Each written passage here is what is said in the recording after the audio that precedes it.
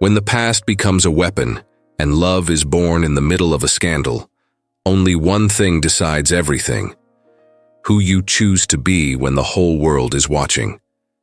She only wanted to survive her own silence, until she became the secret that could destroy an empire. And he, the CEO who never bent, finally found something he couldn't control: his own heart. Before the story begins, subscribe to the channel, leave a like, activate the notifications, and hype this video so more people can discover powerful romances like this one. Monday arrived with that familiar weight settling on Maddie Quinn's shoulders. 32 years old, 5 of them devoted to Burke Corp, and still she crossed the glass and steel lobby as if she were asking the air itself for permission to breathe. The building had been intimidating from the very first day, with its 23 mirrored floors reflecting Seattle's sky. But today it looked taller, colder, more distant than ever. She adjusted the worn bag on her shoulder and headed straight for the elevators, avoiding eye contact with anyone. It was a well-crafted strategy learned over years. Arrive early, leave late, bother no one, be invisible. Invisibility meant safety. Safety meant survival. Breakfast had been rushed, practically non-existent. A piece of cold toast swallowed while she ran to catch the 6:40 bus. Maddie glanced at the wristwatch her mother had given her years ago, still ticking out of pure stubbornness. 7:35 in the morning. Enough time to review the quarterly reports before the 9 o'clock meeting. Her stomach rumbled softly, betraying the hunger she tried to ignore. Maddie sighed, weaving through the stream of well-dressed executives filling the 12th floor corridor. They all looked as though they knew exactly where they were, what they did, why they mattered. She, on the other hand, felt as though she occupied borrowed space. She was almost at her desk when she noticed the white container forgotten. In her backpack, the lunch she had prepared the night before, thinking it would be practical to have something ready. But now, with her stomach protesting and no hope of a break before noon, the idea of waiting another 5 hours felt absurd. Maddie looked around. The floor was quiet, almost empty. Most of her co-workers arrived after 8, and the few who were there were too absorbed in their own responsibilities to notice anything else. She bit her lower lip, thinking. There was a break room down the hall, but it was always crowded, always filled with that group that made her feel as though she were intruding on an exclusive club. Then she remembered the room at the end of the hallway. Small, discreet, with a table and 2 chairs. She walked past it every day and had never seen anyone inside. It had to be some forgotten space, left over from an old renovation. Perfect. Determined, Maddie walked down the gray-carpeted hallway, her footsteps muffled, her heart beating a little faster than it should. She wasn't doing anything wrong, right? It was just an empty room. She only needed 15 minutes, 20 at most, to eat in peace before diving into the workday chaos. The door wasn't locked. She turned the handle slowly, half expecting someone to appear and ask what she thought she was doing. But no one came. The room opened before her, bathed in the soft morning light pouring through the wide windows. There was a dark wooden table, polished, immaculate, 2 black leather chairs, a bookshelf lined with books arranged by size. Everything smelled of recent cleaning, of something expensive and untouched. Maddie hesitated in the doorway, instinct screaming that this was too good to be true. But hunger spoke louder. She stepped inside, closed the door, and set the white lunch container on the table. She sat carefully, as though the furniture might break under her weight, and opened the meal. Rice, grilled chicken, broccoli. Simple, functional, honest. She lifted the fork and took the first bite, allowing herself to relax for the first time since waking. The food was cold, but it didn't matter. Silence was a rare luxury, and Maddie allowed herself to enjoy it. She ate slowly, watching the city outside through the window. Seattle woke beneath a cloudy sky, as always. Cars crawled down the streets. Pedestrians hurried to their commitments. The world spun at its relentless pace.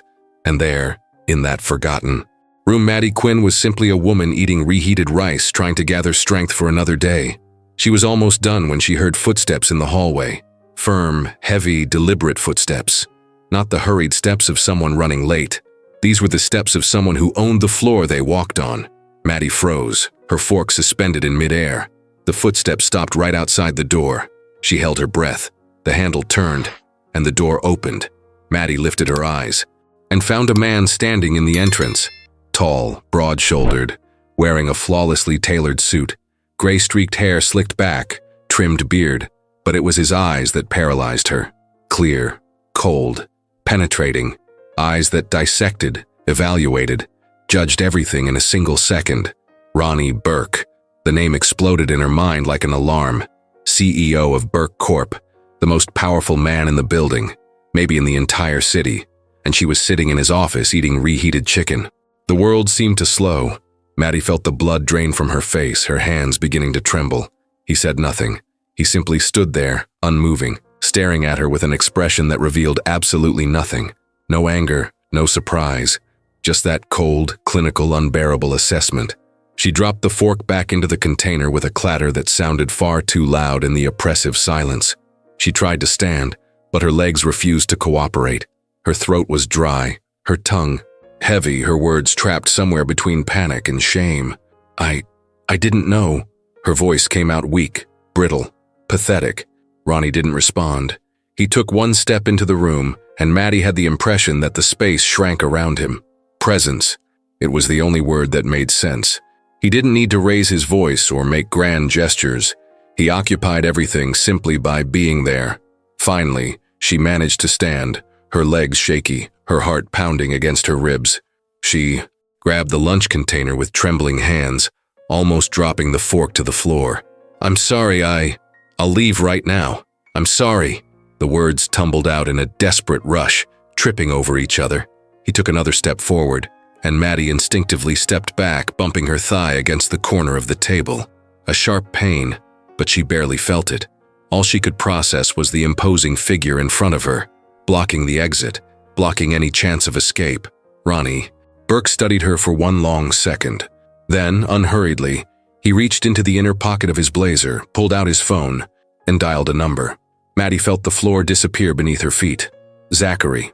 His voice was deep, controlled, each syllable pronounced with a clarity that made the words sound like verdicts. "Come to my office. Now." He hung up without waiting for an answer and looked back at her. Maddie wanted to disappear, turn into smoke, stop existing. The termination was certain. Worse, it would be humiliating, public. Everyone would hear that the idiot from the 12th floor invaded the CEO's office to eat lunch. The door opened again, and a man walked in with the efficiency of someone who already knew what to expect. Zachary Cooper, Ronnie's right-hand man, the one who kept the company's gears running without a sound. He looked at Maddie, then at Ronnie, and his expression stayed professional, neutral, impenetrable. "Sir?" Zachary asked, his voice calm. Ronnie didn't take his eyes off Maddie. "Find out who she is." The words fell like stones. Maddie closed her eyes for a second, struggling to control the urge to run. 5 years at the company and the CEO had no idea who she was. Of course he didn't. Why would he? Zachary already had the tablet in his hand, his fingers moving quickly across the screen. It didn't even take 10 seconds. "Maddie Quinn, sir. Junior financial analyst. 5 years with the company. Internal audit department." Ronnie nodded slowly as though he were filing the information away. Then, finally, he spoke directly to her. "Did you know this is my office?" The question was simple, direct, but carried crushing weight. Maddie shook her head. No, sir, I swear I didn't know. I needed a quiet place to eat," he finished, and Maddie couldn't tell whether there was irony in his tone or just a statement of fact.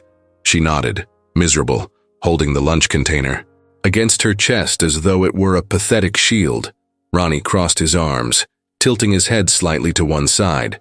The gesture was almost casual, but there was something calculated in it, as if he were solving an invisible equation. 5 years, he said, "and no one ever told you what this room is for." It wasn't a question, but Maddie answered anyway, desperate to fill the silence. "I've never seen anyone using it. I thought it was empty." Zachary remained silent, but Maddie noticed the faint lift of his eyebrows. Contained surprise. Ronnie took another step toward her, and Maddie felt the impulse to retreat again, but there was nowhere left to go. The table was behind her, the wall to the side, and he stood in front of her, trapped. He stopped less than a meter away, too close. Maddie could smell his cologne, woody, expensive, masculine.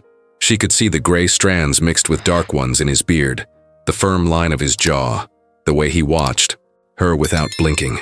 "Are you afraid of me?" The question came low, almost gentle, but in a way that made her feel as though she were being dissected. Maddie opened her mouth, but no sound came out. Was she afraid? Yes. No. Maybe. Fear wasn't the right word. It was more than that. It was the sensation of standing before something too big to understand, too powerful to confront. She began, but her voice failed. Ronnie waited, not impatiently, but with a stillness that was somehow worse.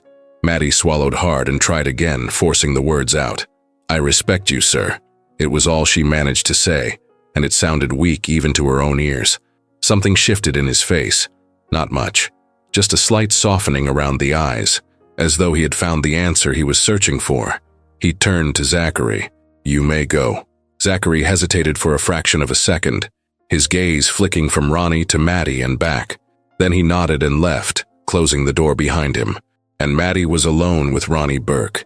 The air in the room felt denser, heavier. He turned back to her, and Maddie had the strange sensation of being seen for the first time in her life, not evaluated for competence or appearance, but seen, truly seen. "You work on the 12th floor," he said, not as a question, but as if he were assembling a puzzle. "Yes, sir." "And no one ever told you not to be here?" "No, sir." Ronnie nodded slowly, his gaze never leaving hers. Then to Maddie's absolute surprise, he walked to the table and pulled out the chair she had been sitting in moments before. He sat with the ease of someone who did that every day, leaned back against the leather, and folded his hands over his lap. "Sit down." Maddie blinked, confused. "What?" "Sit down, Miss Quinn." She obeyed without thinking, her legs reacting before her mind could process the command. She sat in the opposite chair, still holding the lunch container, still unable to understand what was happening. Ronnie studied her for a long moment, not with hostility but with a cold, clinical curiosity. "Are you good at what you do?" The question caught her off guard. I try. I do my best." "That is not what I asked." Maddie felt her throat tighten. He wanted honesty, not false modesty, not performative humility. Truth. "I am good," she said, her voice steadier this time. "I am not the best, but I am good." Ronnie nodded, as if he approved of the answer. "Why? 5 years and you are still a junior?" The question cut deep. Maddie felt heat rise in her cheeks, shame blending with an old, dormant anger. "Because," she hesitated, choosing her words carefully, "because promotions do not come to people who are not seen." Something flickered in his eyes. Interest. "And you are not seen?" "No, sir." "Why?" Maddie opened her mouth, but no words came. How did one describe a lifetime lived in the shadows? How did one explain the constant fear of taking up too much space, of being a burden, of being discarded? "Because I learned it is safer that way," she finally said, her voice quiet. Ronnie tilted his head, his eyes narrowing slightly. "Safer for whom?" The question echoed in the room, and Maddie had no answer. He rose then, slow, deliberate, and walked to the window. He stood there with his back to her, staring at the city outside. Silence stretched between them, thin and nearly unbearable. When he finally spoke again, his voice carried a different quality, softer but no less firm. "You are going to keep coming here." Maddie blinked, certain she had misheard. "Sir?" Ronnie turned, and there was something on his face she could not decipher. Determination, perhaps, or something far more dangerous. "Every day at this same hour, bring your food. Use this room." I do not understand." "You do not need to understand," he said, his tone unwavering. "Just obey." Maddie felt her head spin. None of it made sense. Why would he do this? Why allow some random employee to invade his personal space? But why? Ronnie looked at her for a long second, and Maddie had the impression he was deciding how much to reveal. "Because I want to know who you are when you are not hiding." The words fell between them like a confession, and Maddie felt something strange shift inside her chest. It was not gratitude. It was not relief. It was something more unsettling, something that made the air harder to breathe. He walked to the door and opened it, clearly ending the conversation. "Tomorrow at 7:30, he said without looking back. "Do not be late." Maddie stood on autopilot, her legs unsteady, her mind still struggling to process what had just happened. She passed by him, avoiding his gaze, and stepped into the hallway. The door closed behind her with a soft click. Maddie remained there, motionless, holding the empty lunch container, her heart still pounding. The hallway was quiet, the building slowly coming to life around her. People rushed by, absorbed in their own worlds, unaware of what had just happened in that room. She looked at the closed door, at the discreet metal plaque that read, "Private," and felt something shift inside her. A tiny crack forming in a wall she had spent years building. Maddie Quinn had just been seen by Ronnie Burke, and nothing would ever be the same. The rest of the morning passed in a strange haze. Maddie returned to her desk, put away the lunch container, turned on her computer and tried to immerse herself in the quarterly reports as if nothing had happened. But the words on the screen blurred, the numbers refused to make sense, and all she could see were those clear, penetrating eyes dissecting every layer she hid. The 9 o'clock meeting was a silent disaster. Maddie barely managed to pay attention, nodding at the right moments, taking notes she had no idea how to interpret. No one noticed. No one ever did. When she returned to her desk, Brittany was already waiting. Brittany was the only person at Burke Corp Maddie considered a true friend. 31 years old, a graphic designer in the marketing department, short hair dyed blonde with pink streaks, always quick to smile and always ready with a joke. She was perched on the edge of Maddie's desk, legs swinging, scrolling through her phone. "Where were you?" Brittany asked without looking up. "I looked for, you to grab coffee before the meeting." Maddie dropped her bag on the chair and sat, trying to appear casual. "I was busy." Brittany lifted her head, eyes narrowing, sniffing out a lie like a dog found a buried bone. "Busy how?" "Just busy." "Maddie Quinn, you are the worst liar in the world." Brittany put down her phone and crossed her arms. "What happened?" Maddie opened her mouth to deny it, but the words died before they formed. She needed to tell someone. She needed to let it out before it consumed her. "I used the CEO's office without knowing." Brittany blinked. "Once. Twice." "You what?" "I used his room to eat. I didn't know it was his, I swear. I just thought it was an empty room and—" "Wait." Brittany held up a hand, eyes wide. "You ate in Ronnie Burke's office?" "Yes." "And he caught you?" "Yes." "And you are still employed?" Maddie nodded, and Brittany muttered a quiet curse, impressed. "Damn, Maddie. That is like Olympic-level bad luck." "I know. And what did he do? Fire you on the spot? Call security?" "No." Maddie hesitated, still trying to understand it herself. "He told me to come back." Brittany froze, her mouth slightly open. "He what?" "Said I should use the room every day, at the same time, with my food." Silence settled between them. Brittany stared at Maddie as if she had grown a second head. "You are joking." "No." "Maddie, that makes absolutely no sense." "I know." Brittany leaned forward, her voice low and conspiratorial. "Do you think he's interested?" Maddie felt her face heat. No, of course not. He's the CEO. He barely knows who I am." "He apparently wants to know," Brittany said, her eyes sparkling. "Damn, Maddie. You caught the attention of the most unreachable man in Seattle by eating reheated chicken. That is, poetic. That is terrifying." "Also that," Brittany admitted. "But like, interesting terrifying." Maddie shook her head, trying to push away the swirl of confused thoughts. "I do not know what to do." "You are going to do what he told you," Brittany said, as if it were obvious. "You are going back tomorrow with your food, and you are going to figure out what on earth is happening. What if it is some kind of test? What if he is just waiting to fire me? Then at least you eat for free before getting fired." Brittany shrugged. "Look, Maddie, I have no idea what is going on in that man's head, but I do know one thing. Ronnie Burke does nothing without a reason. If he wants you there, he has a plan. That does not make me feel less nervous." "It should not," Brittany admitted. "But hey, at least you have an interesting story now." Maddie did not answer. She just stared at her computer screen, at the numbers that still refused to make sense, and wondered what in the world she had done to deserve this. The afternoon dragged like molasses. Maddie tried to focus on work, but her mind kept drifting back to the room, to the man with clear eyes, to the words that still echoed inside her. "Because I want to know who you are when you are not hiding." No one had ever said something like that to her.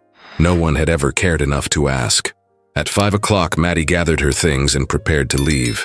She was almost at the door when she saw Jody Hubert walking down the hallway toward her. Jody Hubert, 42 years old, supervisor of the audit department, and the person who made Maddie's life a silent, calculated hell. Blonde hair pulled into a tight bun, immaculate suits, a cold smile that never reached her eyes. She had a talent for making every criticism sound constructive on the surface and poisonous underneath. "Maddie," Jody said, stopping in front of her. "I need to speak with you." Maddie felt her stomach sink. "Yes, Jody? I received a report about you today." Maddie's heart jumped. "A report? About inappropriate use of company facilities," Jody said, her voice cold and professional. "You were somewhere you should not have been." So someone had seen, someone had reported it. Maddie tried to keep her voice steady. "It was a misunderstanding." "Misunderstanding?" Jody raised an eyebrow. "You walked into the CEO's private room, Maddie. That is not a misunderstanding, that is disrespect. I did not know it was his office. Ignorance is not an excuse." Jody crossed her arms. "You are lucky you are even standing here. If it depended on me. But it does not." The words slipped out before Maddie could stop them. Jody froze, her eyes narrowing dangerously. "What did you say?" Maddie swallowed hard but did not back down. "I said it does not depend on you." The silence between them turned glacial. Jody stepped closer, her voice low and venomous. "Careful, Maddie. You do not want to challenge me." "I am not challenging anyone," Maddie said, surprised at her own firmness. "I am just telling the truth." Jody stared at her for a long second, and Maddie saw something sharp and dangerous flash in those eyes. Then, without another word, the supervisor turned and walked away, her heels striking the floor with clipped precision. Maddie exhaled the breath she had been holding. Her hands were shaking. What had come over her? Since when did she confront Jody? Since Ronnie Burke told her not to hide. She shook her head, grabbed her bag, and left the building, feeling the weight of the day settle heavily over her. The night was long and sleepless. Maddie lay in the tiny apartment she shared with end-of-month bills, staring at the cracked ceiling, replaying every second of the morning. The room, the man, the words. Everything felt surreal, as if it had happened to someone else, but it had happened to her, and tomorrow she would have to go back. Maddie closed her eyes and tried to sleep, but all she saw were clear, penetrating eyes, seeing straight through every wall. She had spent years building, and for the first time in a long time, Maddie Quinn did not know whether she was afraid or strangely hopeful. The next morning, Maddie woke before her alarm, 6 a.m., and she was already up, her heart beating too fast, her mind racing. She showered, put on a simple navy blue blouse with black pants, tied her hair in a low ponytail. Nothing special, nothing that drew attention. She prepared her lunch with trembling hands. Rice, chicken, vegetables, the same as always. She placed it in her bag, took the 6:40 bus, and arrived at Burke Corp at exactly 7:25. The building was quiet, almost empty. Maddie went up to the 12th floor, walked down the hallway, and stopped in front of the discreet door marked Private, 728. She took a deep breath, trying to steady her nerves, and knocked. No answer. Maddie hesitated, her hand on the handle. He had told her to come. He had said 7:30. She was on time. She turned the handle and opened the door. The room was empty. Maddie walked in slowly, glancing around, half expecting him to materialize from the shadows like a ghost. But there was no one. Just her, the dark wooden table, the leather chairs, and the soft morning light spilling through the windows. She placed her lunch on the table and sat, resting her hands in her lap, waiting. Minutes passed. 7:30, 7:35. Maddie began to think she had made a mistake, that he had changed his mind, that the whole thing had been some kind of cruel test she had already failed. Then the door opened. Ronnie Burke stepped inside, and the atmosphere of the room shifted instantly. He was impeccable as always. Dark gray suit, white shirt, no tie, hair slicked back. He looked at her and Maddie saw something she could not name flicker through those clear eyes. Satisfaction, perhaps. "You came," he said, as if he had not been sure she would. "You told me to," Maddie replied, her voice steadier than she expected. Ronnie closed the door behind him and walked to the table. But instead of sitting, he remained standing, hands in his pockets, looking at her with that intensity that made Maddie want to shrink and straighten at the same time. "Did you sleep well?" The question was so unexpected that Maddie blinked. Yes, thank you." A lie. He must have known. Ronnie nodded slowly as if filing the information away. "I will let you eat in peace," he said, and Maddie felt a strange sting of disappointment. But then he added, "Tomorrow bring coffee as well," and he walked out, closing the door behind him. Maddie remained there, alone, staring at the closed lunch container, understanding absolutely nothing. What on earth was happening? The week passed in a strange, surreal routine. Every day, Maddie arrived at 7:30, entered the room, ate while Ronnie appeared briefly, exchanged a few short words, and disappeared. He never stayed long, never asked personal questions, but there was always that look, that silent assessment that made Maddie feel as though she were being read like an open book. On Friday, when she arrived, there were 2 cups of coffee on the table. Maddie stopped in the doorway, staring at the cups, confused. "Come in." Ronnie's voice came from inside, and Maddie realized he was already there, sitting in the chair, waiting. She stepped in slowly and closed the door behind her. "Coffee?" he asked, pushing one of the cups toward her. Maddie sat down, picked up the cup carefully, and brought it to her lips. It was perfect, strong, hot, exactly the way she liked it. She looked at him, surprised. "How did you know?" Ronnie took a sip of his own coffee, his eyes never leaving hers. "I pay attention," and Maddie realized with a shiver down her spine that he meant it. Ronnie Burke was paying attention to her, and that changed everything. The following Monday began differently. Maddie noticed it the moment she passed through the revolving doors of the lobby. There was something in the air, a subtle shift in the way people looked at her. It wasn't her imagination. These were real looks. Quick, furtive, curious. People who had never noticed her before now followed her with their eyes as she walked toward the elevators. She tightened her grip on her bag strap and kept her head down, trying to ignore the sensation of being observed. Maybe it was paranoia. Maybe her mind was playing tricks after an entire week of eating in the CEO's private room. But when she stepped inside the elevator and saw 2 executives from the 17th floor stop their conversation to stare at her with unreadable expressions, Maddie knew she wasn't imagining anything. Something had leaked. The elevator climbed in heavy silence.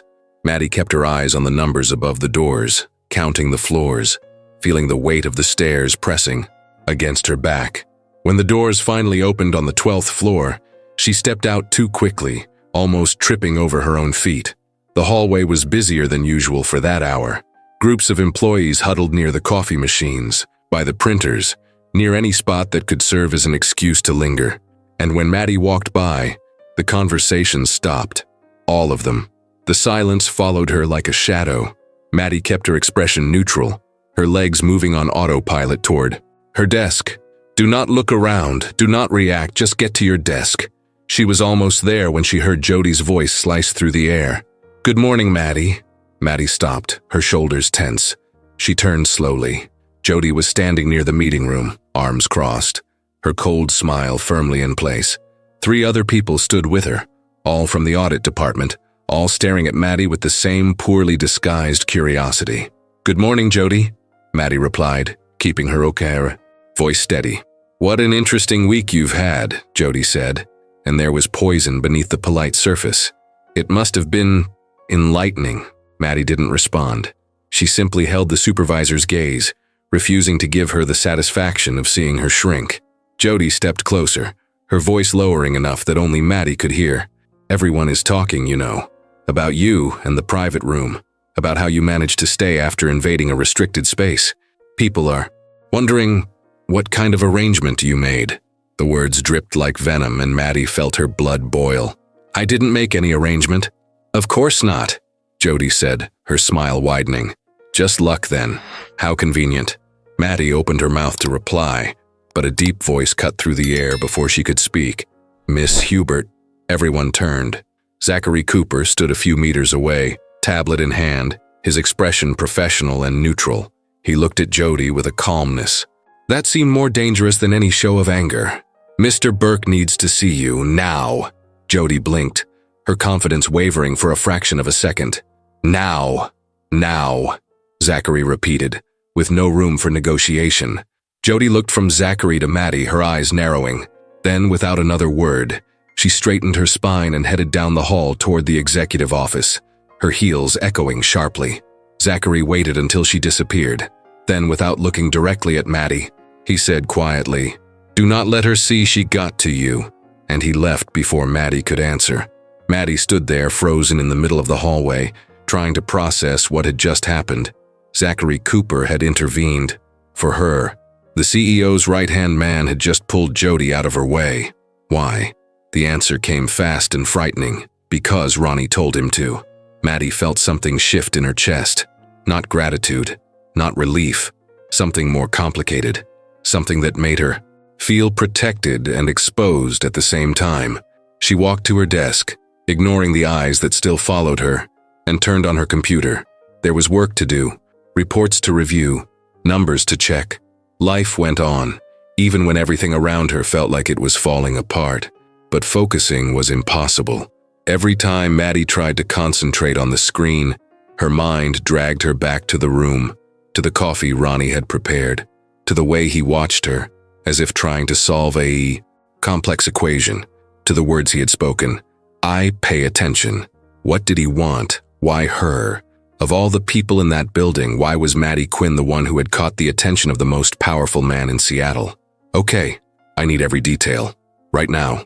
Maddie looked up to find Brittany sitting on the edge of her desk, eyes sparkling with curiosity. "Brittany, do not Brittany me," her friend cut in. "The entire building is talking about you. You and the CEO. You and the, private room. You and whatever else people are making up. So tell me what is happening before I hear the completely distorted version from someone in HR." Maddie glanced around. Several people were still looking their way, pretending to be discreet and failing miserably. "Not here," Maddie whispered. Brittany understood immediately. She slipped off the desk and made a small gesture toward the fire escape. Maddie followed, silently grateful her friend had common sense. The fire escape was cold, gray, smelling of cement and industrial cleaner, but it was private. No one went there unless the building was on fire. Brittany closed the door behind them and turned to Maddie, arms crossed. "Talk." Maddie sighed and told her everything. The entire week. The breakfasts, the short conversations, the way Ronnie appeared, stayed for a few minutes, and vanished. The constant sensation of being studied. When she finished, Brittany was staring at her with an expression somewhere, between impressed and concerned. "Maddie, that is strange." "I know." "No, like really strange. CEOs do not do that. They do not invite random employees to eat in their private room every day." "I know," Maddie repeated, dragging her hands over her face. "I know it makes no sense, but it is what is happening." Brittany was silent for a moment, processing. Then she asked, "Do you think he's interested?" Maddie felt her face burn. "No, absolutely not. He barely talks to me. It is all very formal, distant." "Distant?" Brittany raised an eyebrow. "Maddie, he brought you coffee. Coffee made exactly the way you like it. That is not distant. That is attention. Attention does not mean romantic interest." "No," Brittany admitted, "but it means he wants something. The question is what?" Maddie had no answer, and that was what scared her most. Brittany stepped closer and placed her hands on Maddie's shoulders. "Look, I have no idea what is going on in that man's head, but I do know one thing. You need to be careful. Ronnie Burke is not just some guy. He is powerful, he is unpredictable, and he is clearly focused on you right now. That could be good. It could be awful. But either way, you need to be prepared." Maddie nodded, feeling the weight of those words. "I know. And another thing," Brittany added, her tone lightening. "If he really is interested, like, romantically, girl, you won the CEO genetic lottery." Despite the tension, Maddie let out a laugh, and Brittany smiled. "There, at least I made you laugh. Now let's get back before Jody decides you're planning world domination in the fire escape." They returned to the floor, and Maddie tried to get back to work. But the entire morning was filled with stares, whispers, and that persistent feeling of being at the center of something she could not control. At 11:40, her desk phone rang. Maddie looked at the number on the screen and froze. Direct line. From the executive office. She answered with a trembling hand. "Hello? Miss Quinn." Zachary's voice was calm, professional.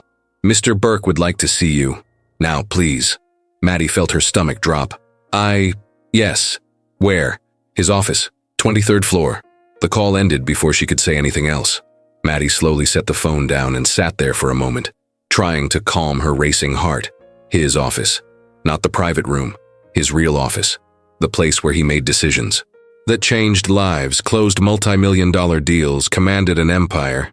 She stood, smoothed her skirt with unsteady hands, and walked toward the elevators. Each step felt heavier than the last. People still stared, still whispered, but Maddie barely noticed now. All she could think was, what does he want? The elevator ride was silent. Maddie was alone, staring at her distorted reflection in the metal doors. She looked small, scared, entirely out of place.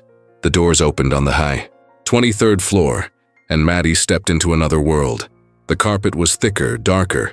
The walls were lined with polished wood. Expensive art hung at calculated intervals. Everything smelled of money, power, control. Zachary was waiting near the reception. "Right this way," he said, already moving. Maddie followed him. Her heart beat so loud she felt sure he could hear it. They walked past several closed doors, conference rooms with massive tables, assistants working in efficient silence. At last, Zachary stopped in front of a pair of dark wooden double doors. "He is expecting you," he said, and opened them. Maddie stepped inside. Ronnie Burke's office was exactly what she expected and somehow entirely unexpected. Huge, with floor-to-ceiling windows offering a breathtaking view of Seattle. A mahogany desk that probably cost more than her car.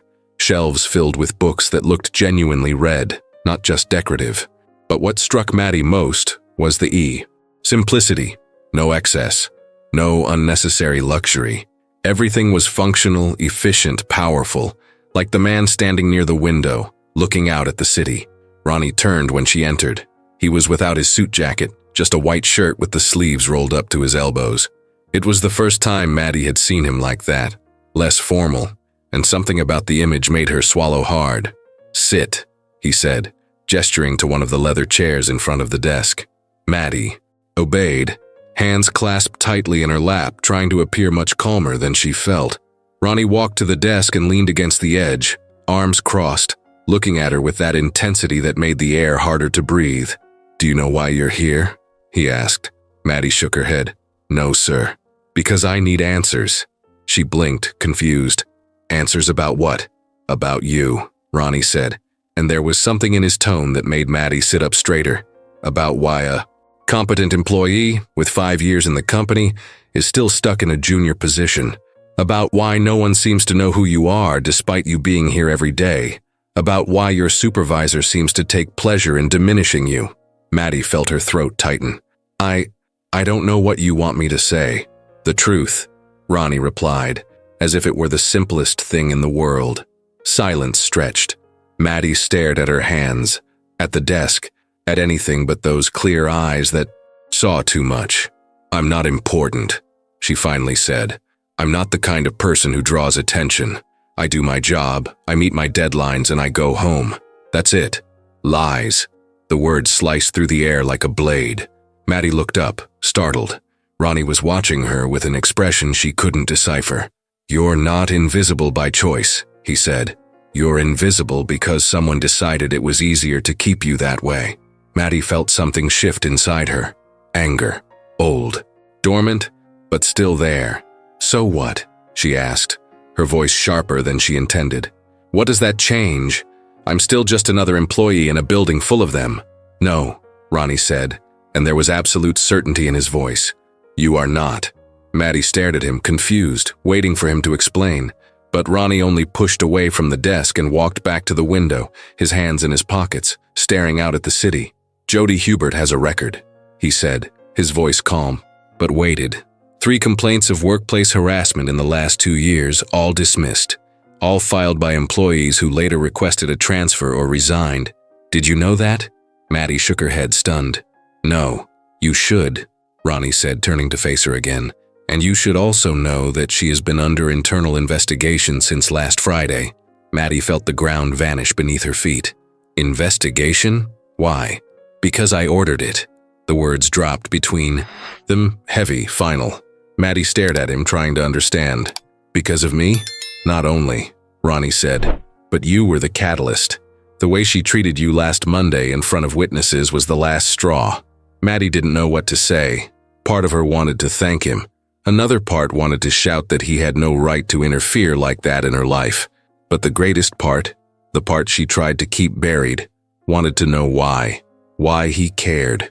As if reading her thoughts, Ronnie spoke again. I do not tolerate injustice in my company, especially when it is directed at someone who does not have a voice to defend herself. I have a voice, Maddie said, surprised by her own defiance. Ronnie looked at her for a long moment. Then, for the first time since she had met him, he smiled. Not much, just a slight softening at the corners of his mouth, but it changed his entire face. Yes, he said, I know. You just do not know how to use it yet. Before Maddie could respond, the door opened. Zachary stepped in, looking tense. Sir, we have a problem. Ronnie straightened immediately, CEO mode snapping into place. What is it? Jody is spreading rumors about Miss Quinn, about the reason you have protected her. Maddie felt her stomach twist. Ronnie, on the other hand, went completely still. There was something dangerous in that stillness, something that made Maddie shrink into her chair. What kind of rumors? His voice was low, controlled, lethal. Zachary hesitated, his gaze flicking briefly toward Maddie before returning to Ronnie. The kind you can imagine. Silence. Maddie saw the muscles in Ronnie's jaw tighten, saw his hands curl into fists at his sides. Then without a word, he walked to the door. Sir? Zachary called. Ronnie paused, his hand on the door handle, and looked back, not at Zachary, at Maddie. Come with me. Not a request. Maddie stood on autopilot, legs trembling, and followed Ronnie. Out of the office. Zachary walked behind them, silent, observant. They walked down the hallway, took the elevator to the 12th floor, and Maddie felt terror grow with every step. Where was he going? What was he going to do? When the elevator doors opened, Maddie had her answer. Jody stood near the coffee machine, surrounded by a group of employees. She was speaking in a low voice, a satisfied smile on her face. People around her laughed, some shocked, some entertained. Ronnie walked straight toward them, and the group scattered like startled birds, all except Jody. She turned, saw Ronnie, and the smile died instantly. Mr. Burke, she said, voice strained with forced cheer. What a surprise. Ronnie stopped in front of her, and Maddie saw the exact moment Jody realized she was in danger. Color drained from her face. Her shoulders went rigid. Miss Hubert, Ronnie said, his voice calm and deadly. I am curious. What fascinating story were you telling your colleagues? Jody opened her mouth, but nothing came out. No, he continued. Then let me guess.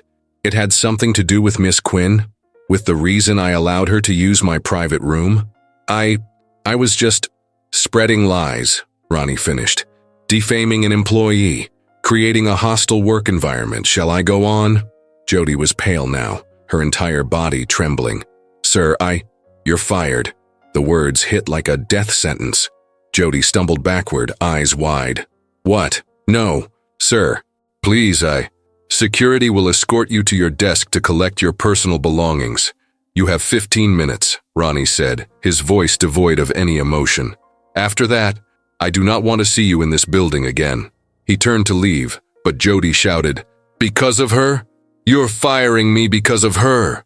Ronnie stopped, turned slowly, and when he spoke, every word was sharp as glass. No, I am firing you because you are a cruel person who uses power to hurt those who cannot defend themselves. Miss Quinn is simply proof that you do not deserve to be here.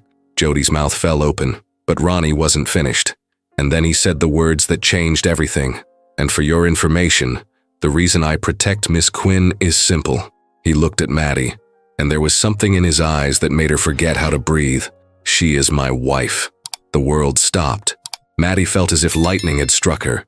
Her ears rang, her heart stalled, her mind screamed that she had heard wrong, but she hadn't.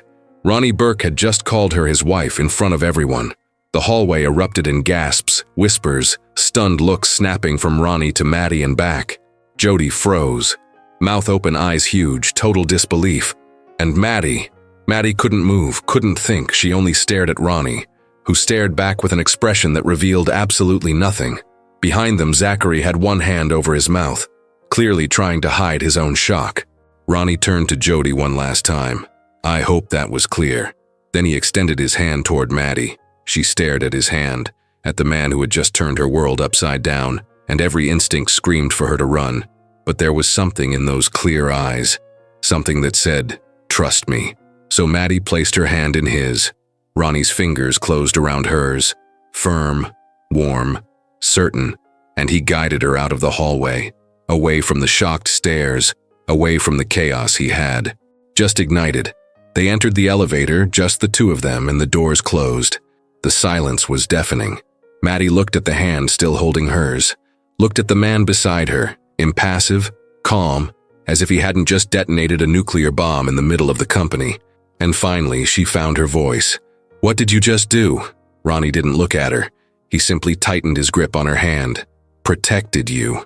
And Maddie realized, with a shiver down her spine, that he meant it. Ronnie Burke had just called her his wife to protect her, and now the entire world believed it. The elevator doors closed, sealing Maddie and Ronnie away from the chaos they had left behind. The silence inside the cabin was dense, laden with 1,000 unspoken questions. Maddie looked at her hand still wrapped in his, large, warm, far too steady to feel real. She pulled her fingers back, and Ronnie released her without resistance. Wife. The word left Maddie's mouth like an accusation. "You called me your wife." Ronnie pressed the button for the 23rd floor, his expression unreadable. "Yes." In front of everyone. "Yes." Without warning me, without asking me, without even considering that I might have an opinion about it. Ronnie finally looked at her, and there was something in his eyes Maddie couldn't identify. Not regret, perhaps determination. "If I had asked you, would you have agreed?" Maddie opened her mouth and shut it again. The answer was obvious. Of course not. She would never have agreed to something that insane. "Exactly," Ronnie said, as if she had spoken the words aloud. "That doesn't give you the right to decide for me." "No," he conceded calmly, "but it gives you protection. And now Jody cannot touch you without facing consequences." "Consequences?" Maddie let out a humorless laugh. "You just created a massive scandal. Everyone will want to know who I am, where I came from, how this happened. They will investigate, speculate, invent stories. Let them invent," Ronnie said, and there was a coldness in his voice that made Maddie step back. "As long as they do not touch you, they may say whatever they want." The doors opened on the 23rd floor. Ronnie stepped out, and Maddie followed because she didn't know what else to do. She was still in shock, her mind struggling to process the absurdity of the situation. Zachary was waiting near the reception desk, tablet in hand, his, expression taut. "Sir, we need to talk." "My office," Ronnie said without slowing his stride. They entered, and as soon as the door closed, Zachary turned to Ronnie with an expression Maddie had never seen on him. Genuine concern. "Are you sure about this?" Ronnie walked toward the window, his back straight, hands in his pockets. "I am." "Ronnie." Zachary used his first name, and Maddie realized how rare that was. "You just told the entire floor that Miss Quinn is your wife. This will leak. In under an hour, it will be on every corporate gossip site. In 2, the press will be knocking on the door. Let them knock." Zachary dragged a hand over his face, clearly exasperated. "And when they ask for details, when they want to know how long you've been married, where the wedding took place, why you kept it secret, we will say it is private," Ronnie replied, turning around. "That it is none of their concern. That will not work. You know it won't." Zachary looked at Maddie, then back at Ronnie. "Have you considered the consequences for her? What this will do to her life?" For the first time, Maddie saw something flicker across Ronnie's face, something that might have been doubt, but it vanished so quickly she could not be sure she had truly seen it. "That is why she will stay here," Ronnie said. Maddie blinked. "What?" "On the 23rd floor, with me, until this settles." "You're insane." Maddie felt anger explode inside her. "I will not hide. I have work, I have responsibilities." "Which will be transferred," Ronnie said as if discussing logistics. "Zachary, arrange for Miss Quinn's workload to be redirected here. She will work from the auxiliary office." "No!" Maddie stepped forward, her hands curling into fists. "You cannot do this. You cannot just rearrange my life because you decided to use me as a shield." Ronnie looked at her, and there was something dangerous in that look. "I did not use you as a shield. Use the truth as a weapon." "What truth? We are not married." "No," he admitted, "but now everyone believes we are, which means you are under my protection, whether you want it or not." Maddie felt frustration burn up her throat. "I did not ask for your protection." "No." Ronnie stepped closer and Maddie refused to retreat. "But you needed it. And if you cannot see that, then you are even more naive than I thought." The words cut deep. Maddie inhaled slowly, fighting the urge to yell. "You do not know me well enough to judge what I need." Something shifted in his face. His jaw tightened, his eyes narrowed. "Then let me know you." The sentence fell between them, heavy, charged with meanings Maddie was not ready to unpack. Zachary cleared his throat, breaking the tension. "I will arrange the auxiliary office," he said carefully, "and I will prepare an internal statement about the situation." "No," Ronnie said, his gaze still locked on Maddie. "No statement. Let them speculate." Zachary hesitated, then nodded and left, closing the door behind him. Maddie and Ronnie were alone. She crossed her arms, refusing to show how shaken she was. "You had no right." "I did." Ronnie's voice was low but firm.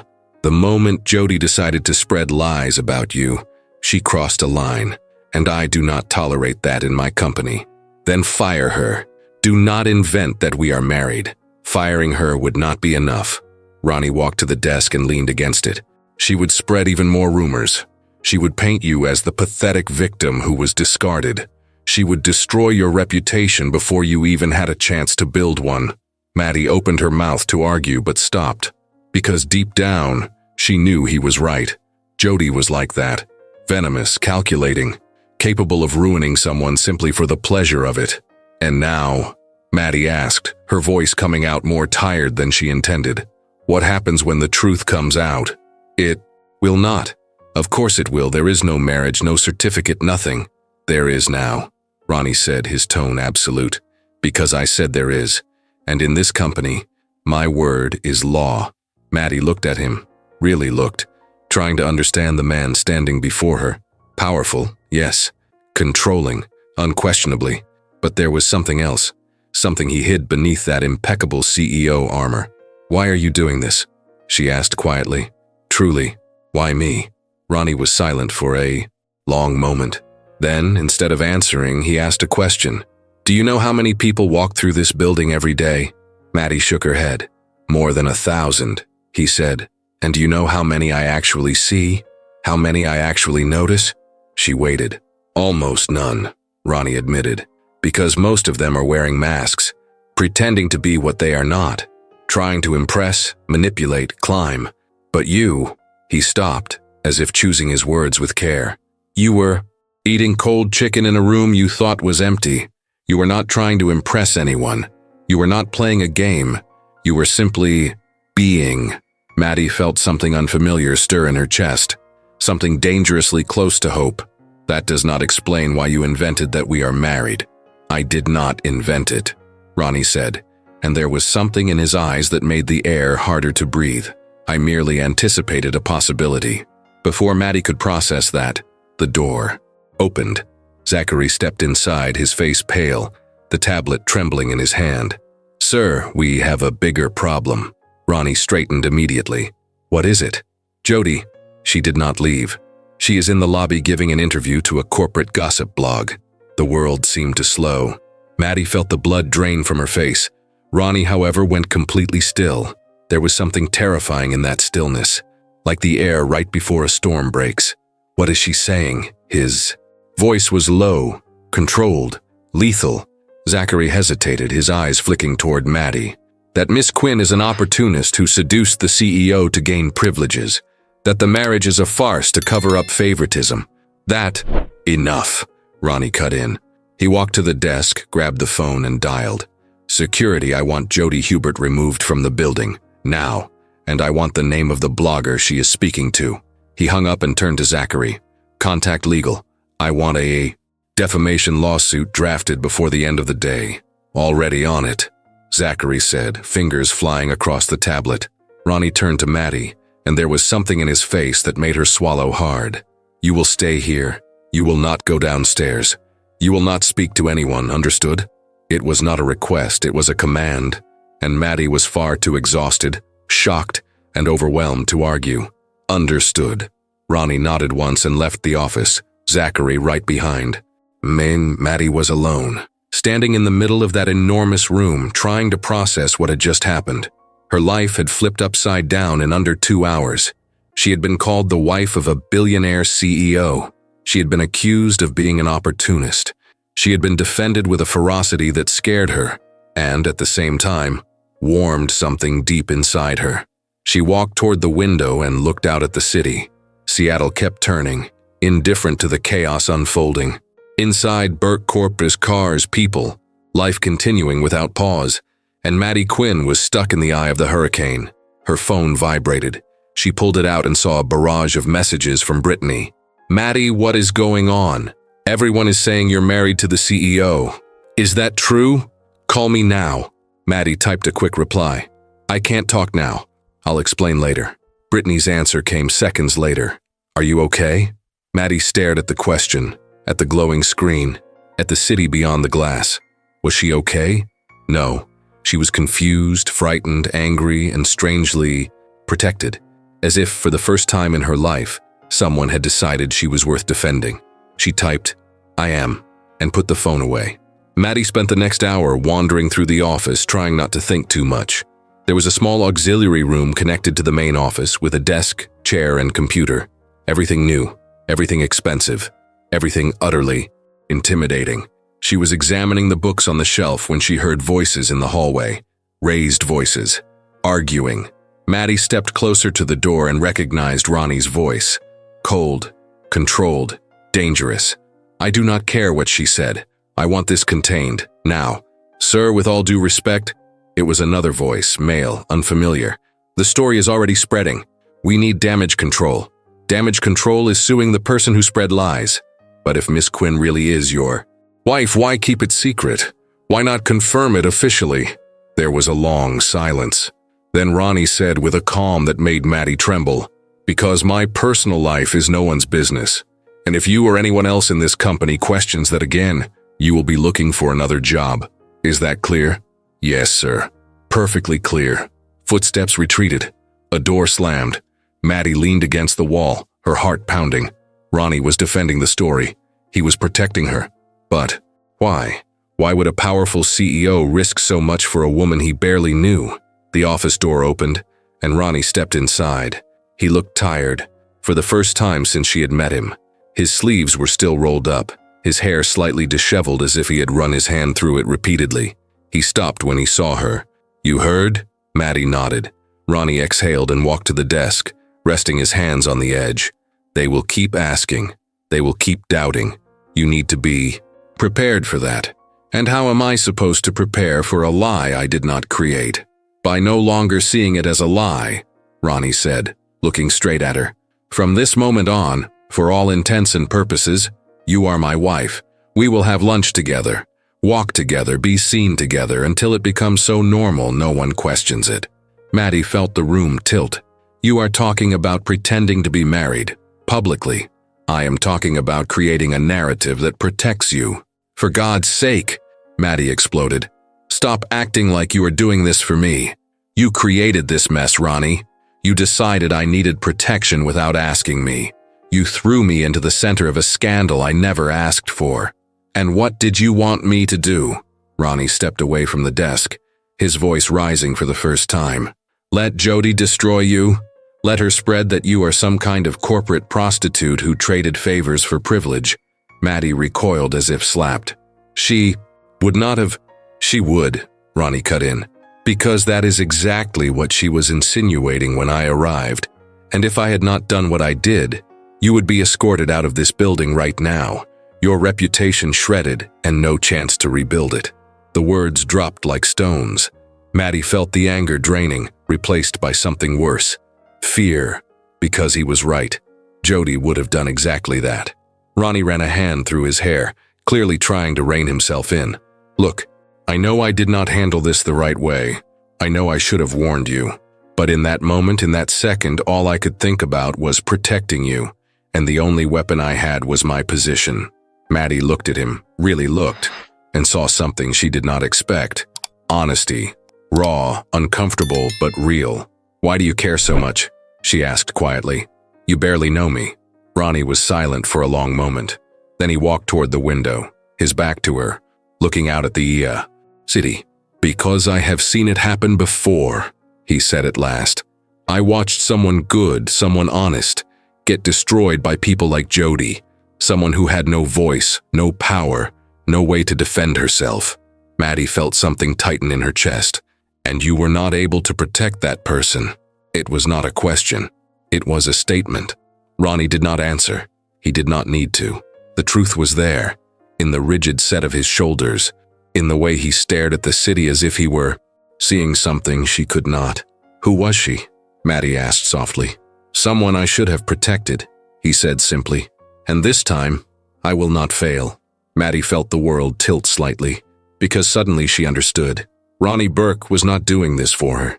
He was doing this for someone he had lost, someone who still haunted him, and Maddie was merely the vessel for his second chance. The realization hurt far more than she expected, because for a brief moment, she had begun to believe she might matter, that perhaps he had really seen her, but no, she was only a substitute, a redemption project, an echo of a mistake he could not erase. "I see," Maddie said, her voice colder than she intended. "So this is about you, not about me."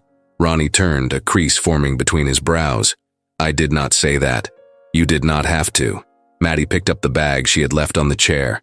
"I am going back to my desk. Thank you for the protection, but I do not need to be your redemption project." "Maddie." "No." She raised a hand, stopping him. "You made it clear. I will play along with whatever you need. I will participate in this entire farce, because apparently I have no choice. But do not confuse that with gratitude." She walked toward the door, but before she reached the handle, his voice stopped her. "You are right." Maddie froze, not turning. At the beginning, it was about someone else, about fixing an old mistake. But it is not anymore. He paused. "Because you are not her. You are stronger, braver, more real. And the more I see you, the more I realize I may be doing this for you. Only for you." Maddie felt the breath leave her lungs. She turned slowly. Ronnie stood in the middle of the office, his expression unguarded in a way she had never witnessed. No masks, no armor.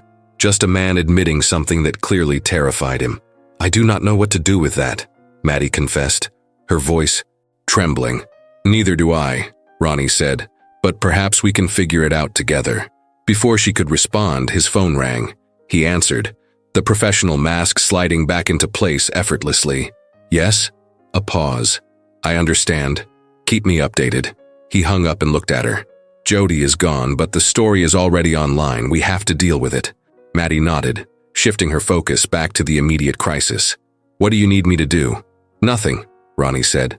"Just stay here. Let me handle it." And this time Maddie did not argue, because perhaps just this once it felt good to let someone handle things. The hours that followed blurred together.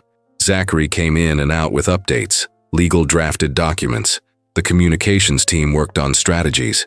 Maddie stayed in the auxiliary office, working on the reports Zachary had transferred to her, trying not to think too deeply. As the sun began to set, painting Seattle in shades of orange and pink, Ronnie knocked on the door. "Let's go." Maddie looked up from the computer. "Go where?" "Dinner," he said, as if it were obvious. "If we are going to convince everyone we are married, we need to be seen together." Maddie glanced down at her simple outfit. Black trousers, navy blouse, nothing remarkable. "I am not dressed for—" "You look perfect," Ronnie interrupted. "You do not need to change anything." Something in the way he said it made Maddie feel as if he meant it, as if she, exactly as she was enough. She saved her work and stood. "Where are we going?" "You will see." And for the first time in that chaotic day, Maddie felt something that resembled anticipation. The restaurant was discreet, elegant, tucked away on a side street far from the spotlight. The kind of place powerful people visited when they wanted privacy. Ronnie chose a table in the back, away from windows and curious eyes. They sat, and a waiter appeared almost immediately with the wine list. "Water is fine for me," Maddie said quickly. Ronnie studied her for a moment, then told the waiter, "2 sparkling waters." When they were alone again, he leaned back slightly, observing her. "You do not drink?" "Not when I am nervous," Maddie admitted, "and today qualifies." A faint ghost of a smile touched his lips. "Fair enough." They looked at their menus in silence. Maddie tried to focus on the choices, but everything looked too expensive, too sophisticated, too far out of her world. "Order whatever you want," Ronnie said, as if reading her thoughts. "Truly," Maddie closed the menu. "I am not hungry." "A lie." She looked at him, startled. "You have not eaten anything since that lunchbox this morning," Ronnie said. "I heard your stomach growl twice in the office." Maddie felt her face heat. "You really pay attention to everything, don't you?" "To you?" "Yes." The answer was so direct, so unfiltered, she had no words. The waiter returned, and Ronnie ordered for both of them. An appetizer, a main course, nothing extravagant, but everything chosen with intention. When the waiter left, they were alone again. "So," Maddie began, trying to fill the silence, "how does this work? This arrangement?" "What arrangement?" "The fake marriage, the rules, what I can and cannot do." Ronnie tilted his head slightly. "There are no rules." "Of course there are. There always are." "Then tell me." He leaned forward. "What rules do you think we should have?" Maddie had not expected him to throw the question back at her. I do not know. Not pretending in private, keeping up appearances only in public. Does that work for you?" "I think so." Ronnie watched her for a long moment. "If I decide I want it to be real?" The world stopped. Maddie stared at him, searching for any sign that he might be joking, but there was nothing, only that intensity in his eyes, the kind that made breathing feel like work. "You cannot want that," Maddie said. "You barely know me. Then let me know you." Ronnie repeated the words from earlier, but this time there was something different in them, something that sounded dangerously close to a plea. Maddie wanted to say no. She wanted to protect herself, but something in his eyes kept her from stepping back. "Okay," she said at last. "Get to know me, but you as well. No secrets, no half-truths." Ronnie reached across the table, his hand steady and open. "Deal." Maddie looked at that hand, at the man who had turned her entire world upside down, and placed her hand in his. They sealed the agreement with a shake, but neither of them let go afterward, and Maddie realized, with a soft internal jolt, that she might be starting to want this to be real as well. Dinner arrived, and they ate while talking about small things, favorite movies, books, places they wanted to visit. Nothing heavy, nothing profound. Yet Maddie felt as if she were learning a new language, the language of Ronnie Burke when he was not being the CEO. When they finished, Ronnie insisted on taking her home. The car was discreet, comfortable, driven by a quiet chauffeur who seemed to know precisely how to become invisible. They stopped in front of Maddie's building. She looked at the worn facade, at the cracked windows, and felt embarrassment crawl up her spine. "It is not much," she said. "It is yours," Ronnie replied. "That is already something." Maddie looked at him, and for the first time in that chaotic day, she smiled. A real smile. "Thank you. For today. For everything." Ronnie nodded. "Tomorrow, same time. In my office. To eat cold chicken? To face whatever comes." Maddie stepped out of the car and entered the building. When she glanced back through the window, Ronnie was still there, watching, waiting until she was safely inside. And Maddie realized that maybe, amid all that chaos, she had found something unexpected, someone who truly saw her, and who was willing to fight to protect what he saw. 3 weeks had passed since Ronnie had called Maddie his wife in front of the entire building. 3 weeks of public lunches, calculated outings, and smiles for cameras that appeared out of nowhere. The lie had become routine, and Maddie no longer knew where the acting ended and something real began. What terrified her was how real it increasingly felt. It was a rainy Thursday in October, when everything changed. Maddie was finishing a report in the auxiliary office when Zachary appeared at the door. "Mr. Burke needs you. Conference room 4, 21st floor." Maddie looked at the clock. 9:20 at night. The building was practically empty, only a few executive-level lights still on. Now, Zachary confirmed, and something in his voice made Maddie stand immediately. She grabbed the tablet and headed for the elevator. The 21st floor was silent, steeped in shadows except for the emergency lights that cast pools of dim brightness along the hallway. Maddie found conference room 4 at the end, the door slightly ajar, a soft glow spilling through the crack. She pushed it open and stepped inside. Ronnie stood near the window looking out at the illuminated city. His jacket was off, his tie loosened, his sleeves rolled up. There was something different about him. Something tired, human, less armored. "You asked to see me?" Maddie said, closing the door behind her. Ronnie turned and Maddie saw something in his eyes that made her stomach knot. Exhaustion, not physical, but something deeper. "Sit," he said, gesturing to one of the chairs around the long table. Maddie sat, setting the tablet on the polished surface. Ronnie remained standing, his hands on the back of the chair across from her, his fingers tapping lightly on the wood. "You asked me why I did what I did," he said, without preamble. "Why I called you my wife. Why I protected you." Maddie nodded, her heartbeat quickening. "And you told me it was about someone else. Someone you could not protect." "Yes." Ronnie let go of the chair and walked back to the window, his back to her. "My sister, Olivia." The name dropped into the air like a confession. Maddie waited, sensing he needed the silence to continue.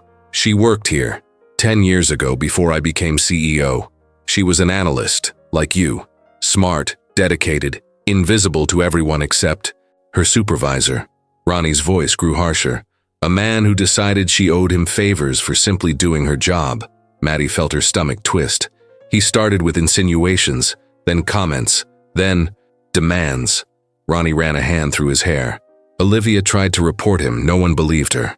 She was too junior, too irrelevant. He was powerful, respected, untouchable. "And you?" "I was building my career in New York, too focused on my own climb to pay attention." The bitterness in his voice was almost tangible. By the time she finally told me, it was too late. She had quit. She was broken.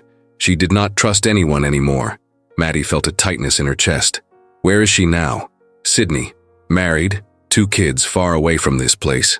Ronnie turned and Maddie saw raw pain in his eyes. Happy, I think, but changed. Smaller, as if part of her stayed trapped in that office. In those months of terror no one believed. "And the supervisor?" "Fired the moment I took over. But the damage was done." Ronnie walked to the table and sat beside Maddie, not across from her. Too close. She could feel his warmth, his wood and smoke cologne mingling with something purely masculine. "I swore I would never let it happen again. That if I ever saw someone being diminished, silenced, destroyed, I would step in. So I am," Maddie began, but Ronnie cut her off. "At first, yes. You were a second chance. A way to fix what I could not fix for Olivia." He leaned forward, elbows resting on his knees, his face so close she could see the silver strands in his beard, the faint lines around his eyes. "But that is not what this is anymore." "No? No." Ronnie looked directly at her. "Because Olivia was my sister. I loved her out of obligation, out of blood, but you." He stopped as if the next words were too difficult to speak. "Me?" Maddie asked softly. "You I chose," Ronnie said at last. "Every time I see you stand up to Jody, every time I watch you work, every time you smile at Brittany as if the world has not tried to break you, I choose you again." The air between them shifted, dense, charged, alive with everything unsaid. Maddie should have stepped back, should have created distance, but she could not move. "Ronnie," she began, not knowing what she intended to say. He lifted his hand, stopping inches from her face, not touching, just there, so close she could feel the heat radiating from his skin. "May I?" he asked, his voice rough. Maddie did not know exactly what he was asking.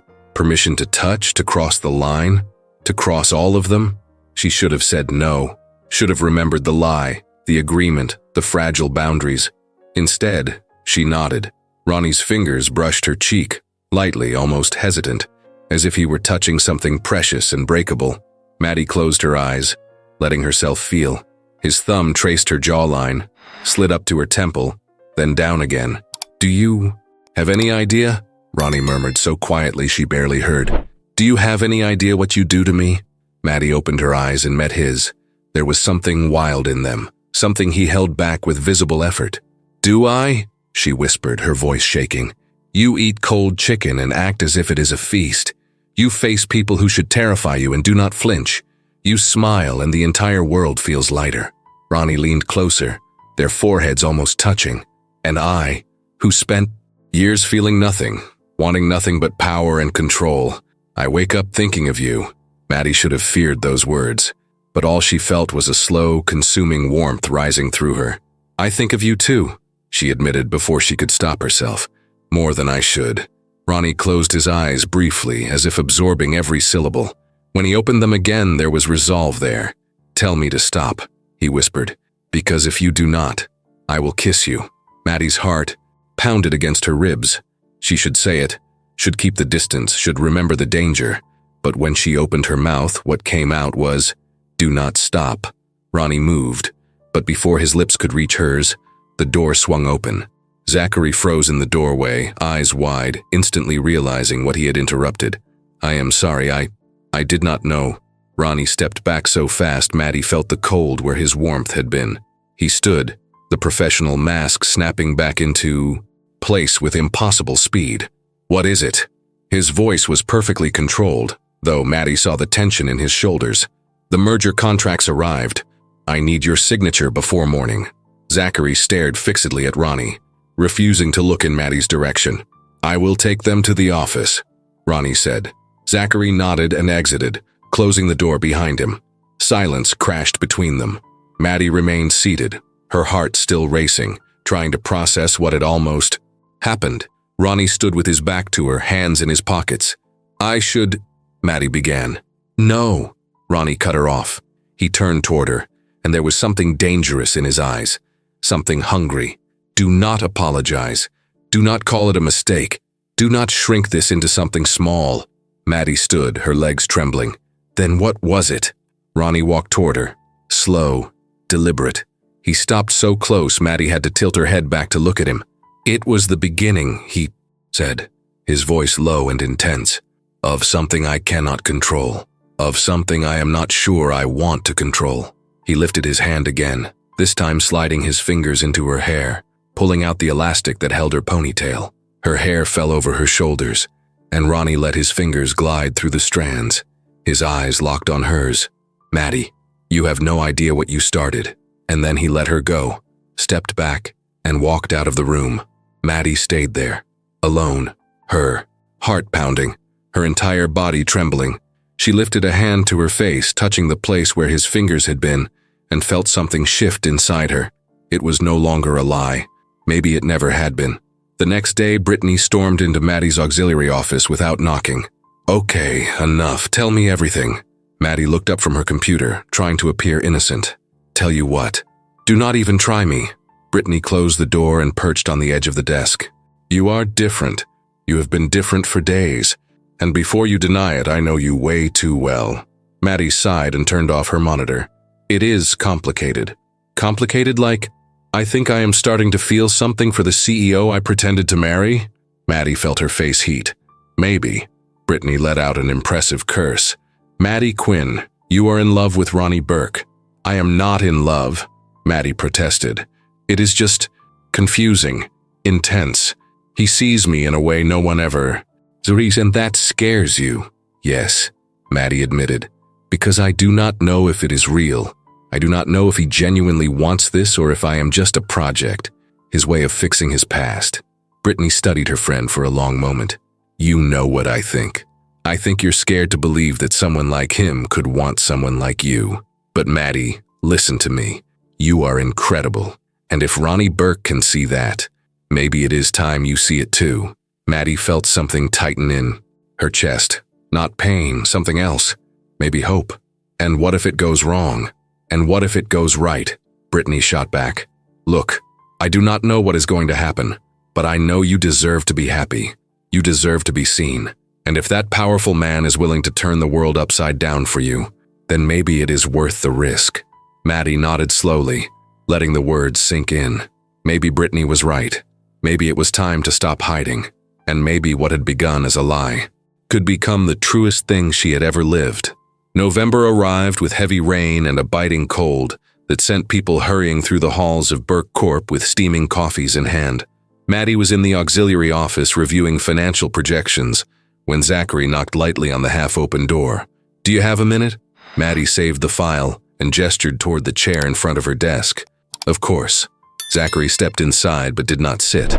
He remained standing, the tablet tucked under his arm, wearing an expression far too careful to be casual. "I need to tell you something about Ronnie." Maddie felt the air shift. She closed her laptop slowly. "What happened?" "Nothing has happened. Yet." Zachary ran a hand over his face, clearly choosing each word with precision. "But you need to know something before someone else uses it against you." "Uses it how?" Zachary finally sat, placing the tablet on the desk. "Ronnie was never supposed to be CEO. That wasn't the original plan." Maddie frowned. "What do you mean?" "His father built this company from nothing, spent 50 years turning Burke Corp into what it is today, and when he was ready to retire, he chose the eldest son to take over. Nathan." Maddie had never heard that name. "What happened to him?" "He died 6 months before his father's retirement." Zachary looked down at his hands. "Car accident. He was driving back from a meeting in Portland when a truck lost control in the rain. Nathan died instantly." Maddie felt her stomach twist. "My God." Ronnie was in New York at the time, building his own career. He and Nathan weren't close. Too competitive, too distant, always trying to prove something to each other. Zachary paused. "When Nathan died, Ronnie dropped everything and came back. Not because he wanted the company, because he was the only son left." Pieces began falling into place for Maddie. Ronnie's rigidity, the way he controlled everything, the weight he carried like armor. He took the position out of obligation. Yes, and he turned that obligation into a mission. Zachary looked directly at her. "Ronnie doesn't sleep more than 4 hours a night. He's here before everyone and leaves after. He never takes vacations, he never relaxes, because in his mind, if he fails, he's betraying his brother's memory and his father's trust." Maddie felt something tighten in her chest. Not pity, understanding. She knew that weight. She knew what it was like to carry expectations she never asked for. "Why are you telling me this?" "Because Jody found out," Zachary said quietly, and Maddie felt the blood drain from her face. "She has a contact in HR who dug through old files, found transfer of power documents, letters from his father, things that should have stayed confidential. And she's going to use this how? I don't know yet. But I know Jody. She'll twist it. She'll claim Ronnie is unstable, that he's compensating for guilt, that he chose you because he sees his sister in you." Zachary leaned forward. "And if she plants that seed in the press, it won't just ruin his reputation. It'll ruin yours too." Maddie stood, pacing the room. "What can I do?" "Talk to him before this blows up, because if Ronnie finds out you knew and didn't say anything, he'll see it as betrayal." Maddie stopped pacing. "He trusts so little. He trusts me and no one else," Zachary said. "And lately, I think, he's starting to trust you. Don't break that." Maddie nodded, absorbing the weight of his words. "Thank you for telling me." Zachary stood and walked to the door. His hand paused on the handle. "Maddie, he's never looked at anyone the way he looks at you. Whatever that means. It's real. Don't let Jody destroy it before you even know what it is." And he left, closing the door behind him, leaving Maddie alone with thoughts spinning like a storm. She had to talk to Ronnie. But how did someone even start a conversation like that? How do you say, "I know the secret you've been using as armor"? The answer came in the form of a text message. "Unknown number, emergency meeting, conference room A now." Maddie frowned. She didn't recognize the number. Before she could respond, another message arrived. "It's important. About Ronnie Burke and what he's hiding from you." Every instinct screamed trap. But what if it wasn't? What if there was something more she needed to know? Against her better judgment, she grabbed her phone and left. Conference room A was on the 18th floor, mostly used for client meetings. When Maddie arrived, the door was slightly open. She pushed it gently and stepped inside. Jody sat at the head of the table, smiling like a cat with a canary trapped in its claws. "Maddie, I'm so glad you came." Maddie froze at the doorway, every internal alarm blaring. "You sent the message." "Obviously." Jody crossed her legs, too relaxed to be anything but dangerous. "Sit, we need to talk." "I have nothing to talk to you about." Not even about how your dear husband is using you to compensate for the guilt of not saving his sister? Jody tilted her head. Or about the dead brother he's trying to replace by being the perfect CEO? Maddie felt the ground shift under her feet. How did Jody know? How had she discovered it so fast? I don't know what you're talking about. No need to lie, sweetheart. Jody picked up a folder from the table and opened it. I have everything here. Documents, letters, even Nathan Burke's death certificate. And tomorrow morning, this will be in the hands of every corporate gossip site in Seattle. You can't do this. I can, and I will. Jody stood circling the table like a predator. Unless you do something for me. I'm not doing anything for you. Not even to protect Ronnie? Jody stopped in front of her. Because when this story hits the press, it won't just destroy him. It'll destroy the company. Investors will question his ability to lead, competitors will attack, and you, his little stand-in for the sister he failed, will be painted as the manipulator who preyed on a fragile man. Maddie clenched her fists. What do you want? Your resignation, public, saying the marriage was a mistake, that you were pressured, that you're leaving voluntarily. Jody smirked. Do that and I keep this information to myself. And if I don't, then tomorrow the entire world will know Ronnie Burke is a broken man trying to redeem himself through you. Maddie felt anger flood her body. Not at the threat, but at the way Jody twisted everything she and Ronnie were building into something ugly and manipulative. You have until noon tomorrow, Jody said, settling back into the chair. After that, I hit send. Maddie left without answering. She walked the hallway in a daze, her mind racing. She had to tell Ronnie, immediately. She headed straight to the 23rd floor. The receptionist had already left, but Ronnie's office door was open. Maddie stepped in without knocking. Ronnie was on the phone, but the moment he saw her, he ended the call instantly. Maddie? What? We need to talk. Something in her tone made him sit up straighter. What happened? Maddie closed the door and leaned against it, trying to gather her thoughts. Jody knows. About your brother, about your sister, about why you really came back to take over the Hawaii company. Ronnie's face went completely still. That ice mask he wore when he refused to reveal anything. How do you know that? Zachary told me, an hour ago. Maddie stepped forward. He said Jody found out and she's going to use it against you. Against us. And you believed him? Ronnie's voice was low, controlled, dangerous. I believed it because she just cornered me. Gave me an ultimatum.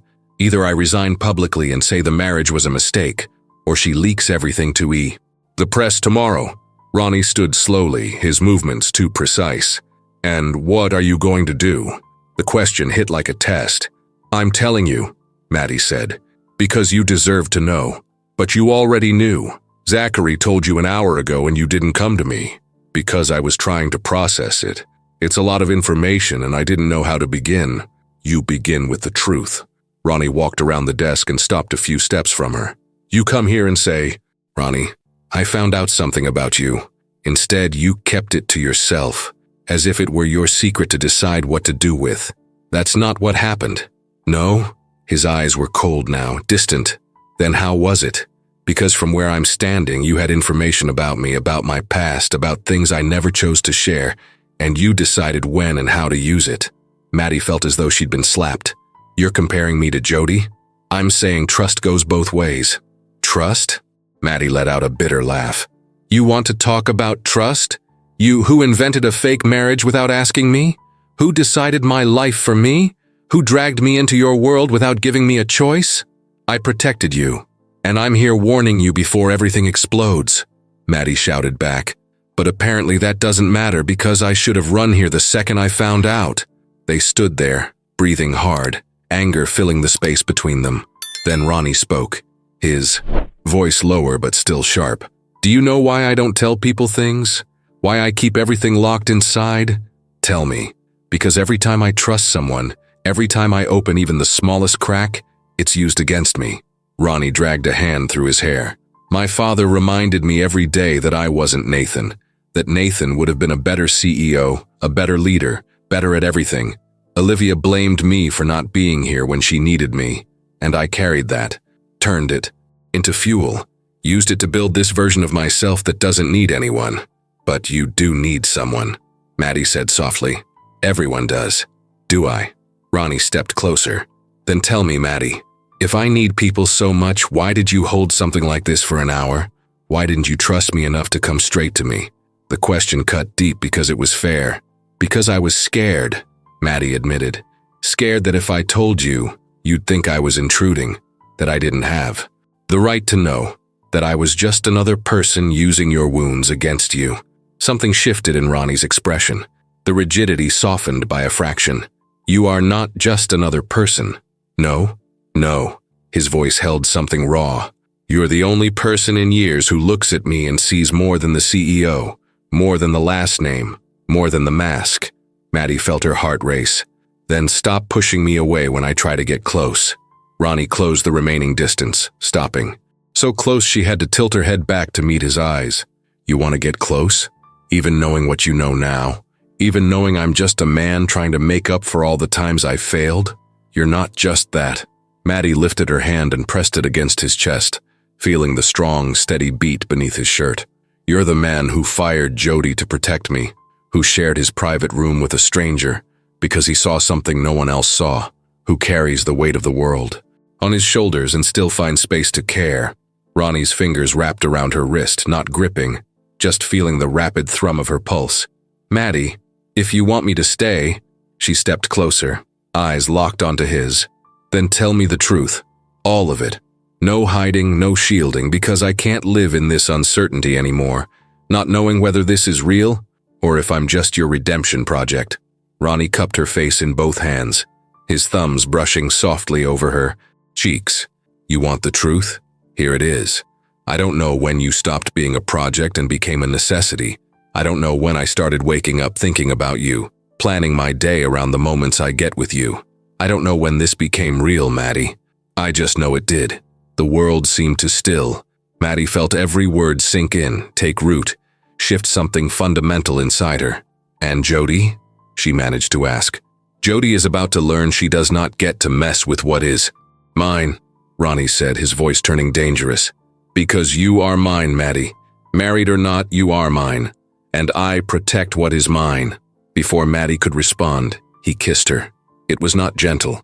It was desperate, hungry, charged with weeks of restrained tension. His hand slid down to her waist, pulling her against his body. Maddie lifted her arms around his neck, her fingers threading into the gray in his hair, answering with the same intensity. When they finally parted, both were breathing hard. That was, Maddie began. Overdue, Ronnie finished. Very overdue. He pressed his forehead to hers, his eyes still closed. Tomorrow, I am ending this. I will make her wish she had never heard your name. Ronnie, no. He opened his eyes and there was fire in them. She crossed the final line, and now she is going to learn what happens when someone challenges Ronnie Burke. Maddie saw the absolute determination on his face and knew Jody had no idea what she had awakened. What are you going to do? You will see, Ronnie said, brushing his thumb across her lips. But first, I need you to trust me. Truly. No doubts, no fear. Can you do that? Maddie looked at the man standing in front of her. The powerful CEO. The brother who carried guilt. The son who took the place of another. The man who saw her when no one else ever had. I can. Ronnie smiled. Not much. Just enough to transform his whole face. Then tomorrow, be ready. Because Jody. Hubert is about to discover she declared war on the wrong person. And Maddie, for the first time since everything began, felt that maybe, finally, they were on the same team. For real. The next morning arrived beneath a gray sky heavy with snow, the kind Seattle rarely saw. Maddie woke at 5, unable to fall back asleep after the kiss that still burned on her lips. She touched her mouth, remembering the intensity, the way Ronnie had held her as if she were the only solid thing in a world falling apart. At 6:30, her phone rang. Come to my apartment now. Ronnie's voice was tense. We need to talk before everything explodes. He sent the address, and Maddie took the first cab she could find. The building was discreet, elegant, in a quiet part of the city. Nothing ostentatious. Typical of him, Maddie thought as she rode up to the 10th floor. Ronnie opened the door before she could knock. He wore jeans and a gray shirt, barefoot, his hair still damp from the shower. It was the first time Maddie had ever seen him like that. Stripped of the executive layers, simply human. "Come in," he said, stepping aside to give her space. The apartment was surprising, no excess, just simple furniture, shelves filled with worn books, a huge window overlooking the waking city. There was fresh coffee in the open kitchen, and Ronnie poured 2 mugs without asking. "Sit," he said, motioning toward the sofa. Maddie sat, holding the warm mug between her hands. Ronnie remained standing, facing the window, his back rigid. "I'm going to tell you everything. What Zachary said, what he didn't, what no one knows." His voice was controlled, but Maddie could hear the tension underneath. "Because if we're going to face Jody together, you need to know who I really am." Maddie waited, giving him whatever silence he needed. "Nathan was perfect," Ronnie began. 3 years older, Stanford graduate, charismatic, loved by everyone. My father adored him. I was the second son, the backup, the one who existed in case something went wrong. And Nathan reminded me of that every single day. He turned, leaning back against the window ledge. "When I ran off to New York, it wasn't to build a career. It was to escape. Escape his shadow, the disappointment in my father's eyes, Olivia always taking Nathan's side." Ronnie took a sip of coffee. "I built everything there on my own. Consulting, investments, even got partners to open my own company. For the first time, I was the first, not the second." Maddie saw the old pain in him, scars that had never quite healed. "And then Nathan died," Ronnie said, his voice dropping. "Rain, a wet highway, a truck with failed brakes. He died instantly. I was in a meeting when I got the call, my father on the other end crying for the first time in his life. And the first thing he said wasn't that he missed Nathan. It was, 'You need to come back. The company needs you now.'" Maddie felt anger toward a man she had never met. "I came back because it was my duty. Because Olivia was devastated, my father was old, and there was no one else." Ronnie looked directly at her, "But I hated every second. I hated sitting in the chair that should have been Nathan's. I hated people comparing me to him. I hated waking up every day trying to be someone I would never be." "And now?" Maddie asked softly. "Now?" Ronnie moved away from the window and sat beside her on the sofa, close enough that their knees touched. "Now I don't know anymore. Because when I saw you in that room, eating cold chicken like it was the best part of your day, something shifted. You didn't know who I was. You didn't expect anything from me. You just were." He took her hand, intertwining their fingers. "And when Jody attacked you, when I saw that cruel woman trying to destroy someone defenseless, I didn't think strategically. I didn't calculate consequences. I just thought, not again. I'm not letting someone be crushed while I watch." Ronnie squeezed her hand. "Calling you my wife wasn't a plan. It was instinct. It was the only word that came to mind that placed you under absolute protection." Maddie felt something move inside her. Understanding, acceptance, something larger. "You weren't using me," she said. "You were saving yourself." Ronnie's eyes closed for a moment. "Maybe. Or maybe I found someone who makes me want to be better than the shadow I've carried my whole life." He opened his eyes and Maddie saw everything there. The pain, the hope, the fear she might walk away now that she knew the truth. "Ronnie Burke," Maddie said, turning fully toward him. "Do you think I care whether you're the second or the first?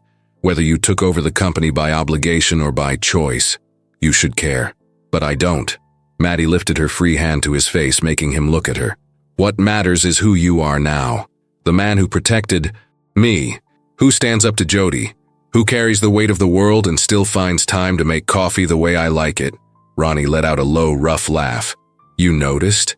"I notice everything about you," Maddie admitted. "The way you rub your temple when you're tired. How your southern accent appears when you're irritated. How you look at me when you think I'm not paying attention.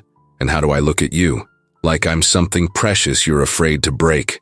Ronnie slid his hand to the back of her neck, his fingers threading into her hair. "Because you are. You're the first real thing I've had in years." He pulled her closer, and this time the kiss was different. Not desperate, not hungry, simply right, like breathing after being underwater for too long. Maddie lost herself in him, in the taste of coffee on his lips, the heat of his hands on her back, the way he held her as if she were the center of his world. When they pulled apart, they were both breathless. "We have to deal with Jody," Maddie said against his lips. "I know." Ronnie kissed her forehead. "But first I need one more minute of this." He pulled her in again, and Maddie went willingly, forgetting for a moment that there were battles waiting outside. 40 minutes later, they were in the elevator heading down to the garage when Maddie noticed the man in the corner. He stood with his back to them, looking at his phone, but something about him felt wrong. "Ronnie," she began. Too late. The flash went off. The man turned, a professional camera in hand, a satisfied smile on his face. "Thanks for the photo, Mr. Burke. Jody will love it." He bolted out the moment the doors slid open, disappearing between the cars. Ronnie stood completely still, his jaw locked tight. "She planted a photographer in my building." Maddie felt her stomach sink. The photo. The two of them leaving his apartment early in the morning, clearly after spending the night together. Jody had, exactly what she needed. "What do we do?" Maddie asked. Ronnie looked at her, and there was something wild in his eyes. Something dangerous. "Change of plans. If Jody wants war, I'll give her an apocalypse." He grabbed his phone and dialed. "Zachary, call an emergency meeting with all department heads now and bring in the press team. We're going to get ahead of this." He hung up and turned to Maddie. "Do you trust me?" Maddie thought of everything she had learned. The broken man who, became CEO. The brother who carried guilt.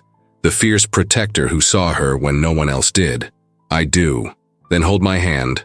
And don't let go, no matter what happens in the next few hours." Maddie laced her fingers with his. "I won't let go." And when they stepped out of that elevator, they were no longer a CEO and an employee pretending to be married.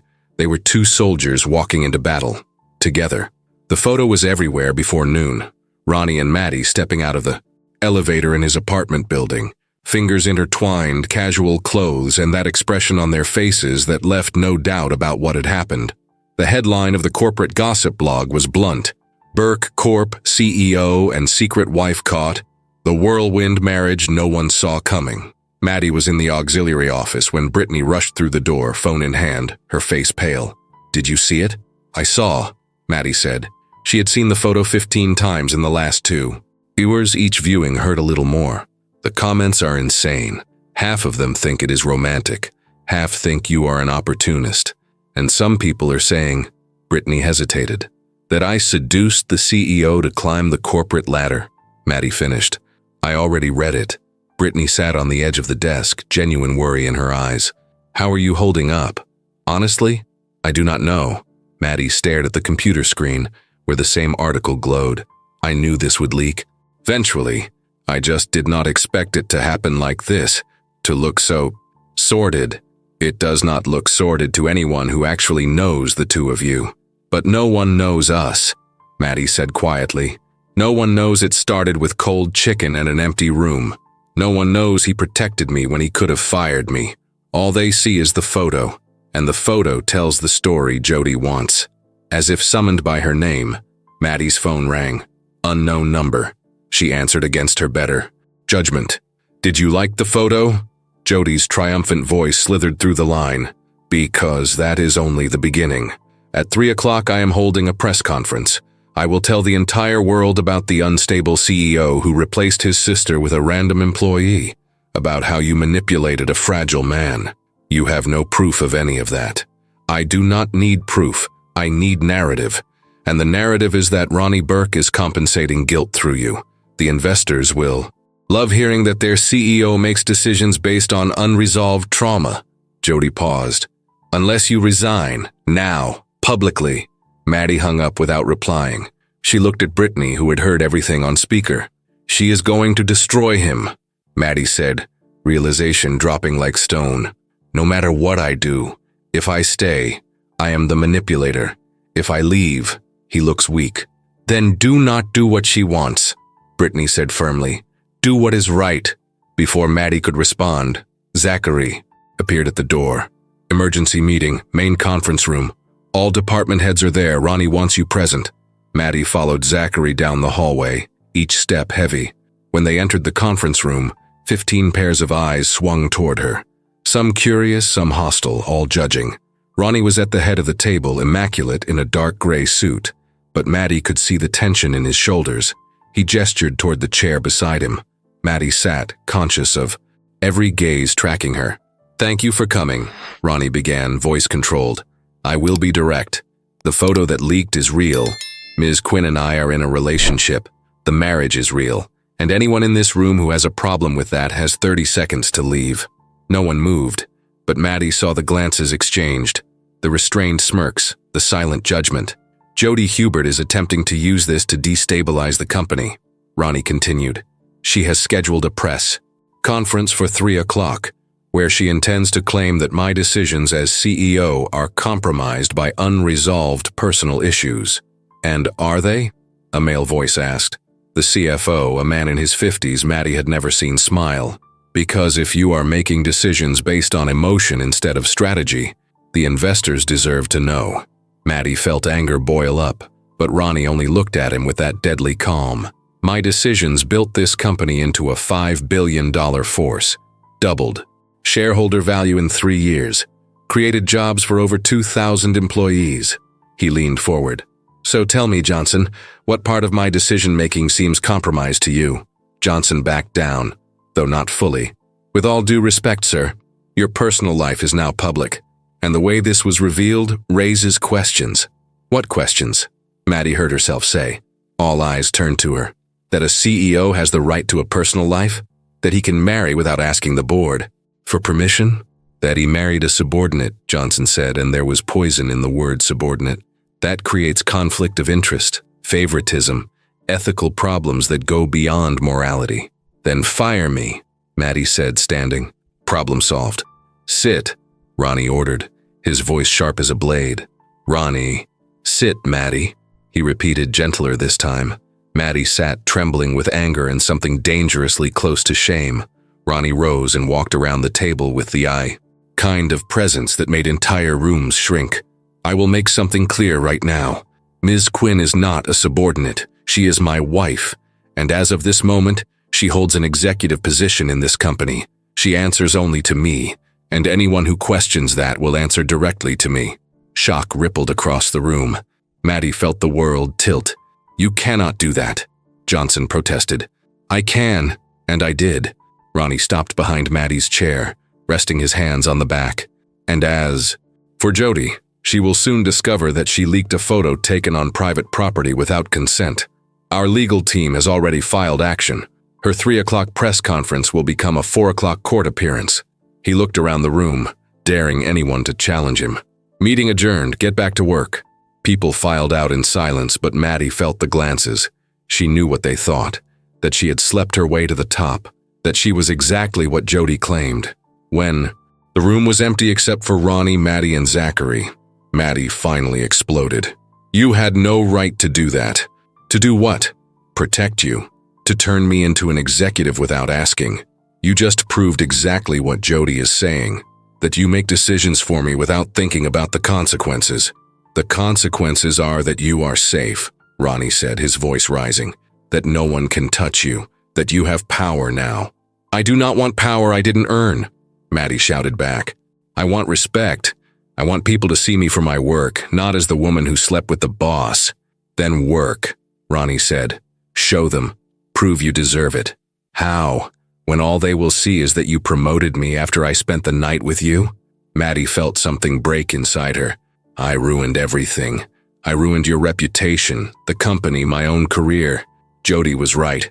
I should have left when I had the chance. Do not say that. Ronnie gripped her shoulders. Do not say you should have walked away. But it is true. Look at what happened because of me. You are being questioned. The company is in crisis, and all because Because you what? Existed? Ronnie shook her lightly.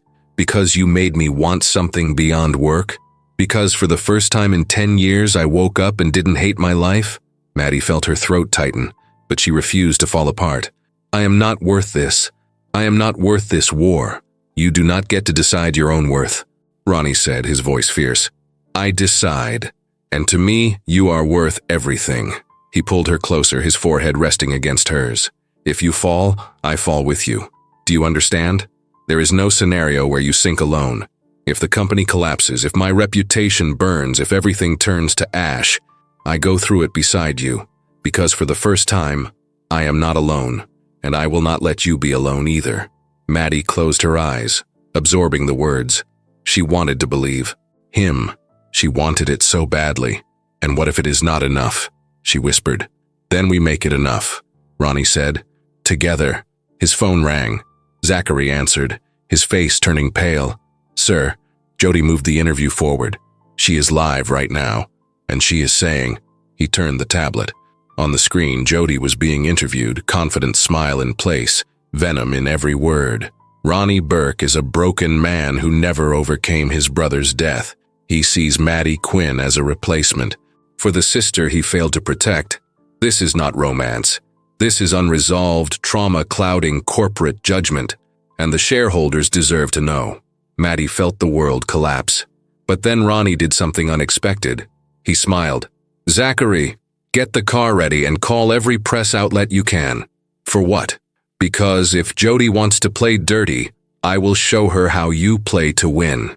He looked at Maddie. Do you trust me? Maddie looked at the man who had turned her world upside down, who protected her fiercely, who would fall with her if necessary. I trust you. Then let's end this. Now. And for the first time that chaotic day, Maddie felt something other than fear. She felt hope that maybe they could win together. Ronnie's press conference had been devastating. He denied nothing. He confirmed the relationship, admitted it had begun in an unconventional way, but defended every decision with numbers, results, and irrefutable facts.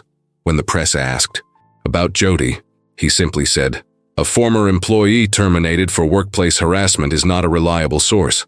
The legal team presented the 3 archived complaints, the statements from other victims who had finally found the courage to speak.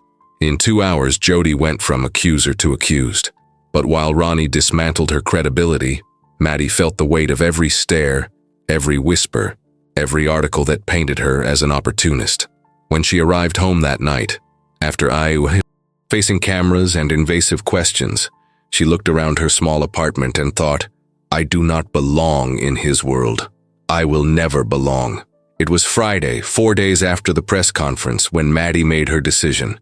She wrote her resignation letter in 20 minutes, each word heavy as lead. She did not mention Ronnie directly, only thanked the company for the opportunity and requested immediate termination. Simple, clean, final. She was sealing the envelope when someone knocked on the door. Maddie looked through the peephole and froze. Ronnie stood on the other side without a suit, only jeans and a leather jacket, his hair tousled by the rain that had just begun to fall. She opened the door slowly. What are you doing here? Zachary told me you scheduled a meeting with HR for Monday morning. Ronnie stepped inside without waiting for an invitation, dripping water onto the worn floor. You're going to resign. It was not a question. Maddie closed the door and crossed her arms.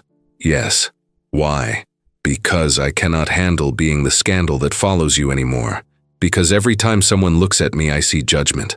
Because She stopped, her voice faltering. Because you what? Ronnie took a step forward. Because I cannot be what you need, Maddie said at last, the truth coming out raw. You need someone from your world. Someone who knows how to navigate corporate dinners, who understands mergers and acquisitions, who does not shrink when photographers appear. I am not that person. I am the girl who ate cold chicken in secret, and I always will be. Ronnie stood still, absorbing every word. Then he removed the wet jacket and tossed it over a chair. Can I sit? Maddie gestured toward the worn-out sofa. He sat and she remained standing, keeping distance. When Nathan died, Ronnie began, staring at his own hands. I swore I would never be him, that I would build my own version of success, in my own way, without trying to fill shoes that did not fit me. He lifted his eyes. But I failed. I spent 10 years being his shadow, doing what he would have done, making decisions he would have made. I lost who I was while trying to be who everyone expected. Maddie felt something tighten inside her chest. Until you, Ronnie continued, you walked into that room completely out of place, completely yourself, and you reminded me there is another way to exist. Without masks, without performances, just real. Ronnie, let me finish. He stood and walked toward her. You think you do not belong in my world? You're right. You don't. Because my world is empty, cold, full of people wearing perfect masks. And I do not want you in that world.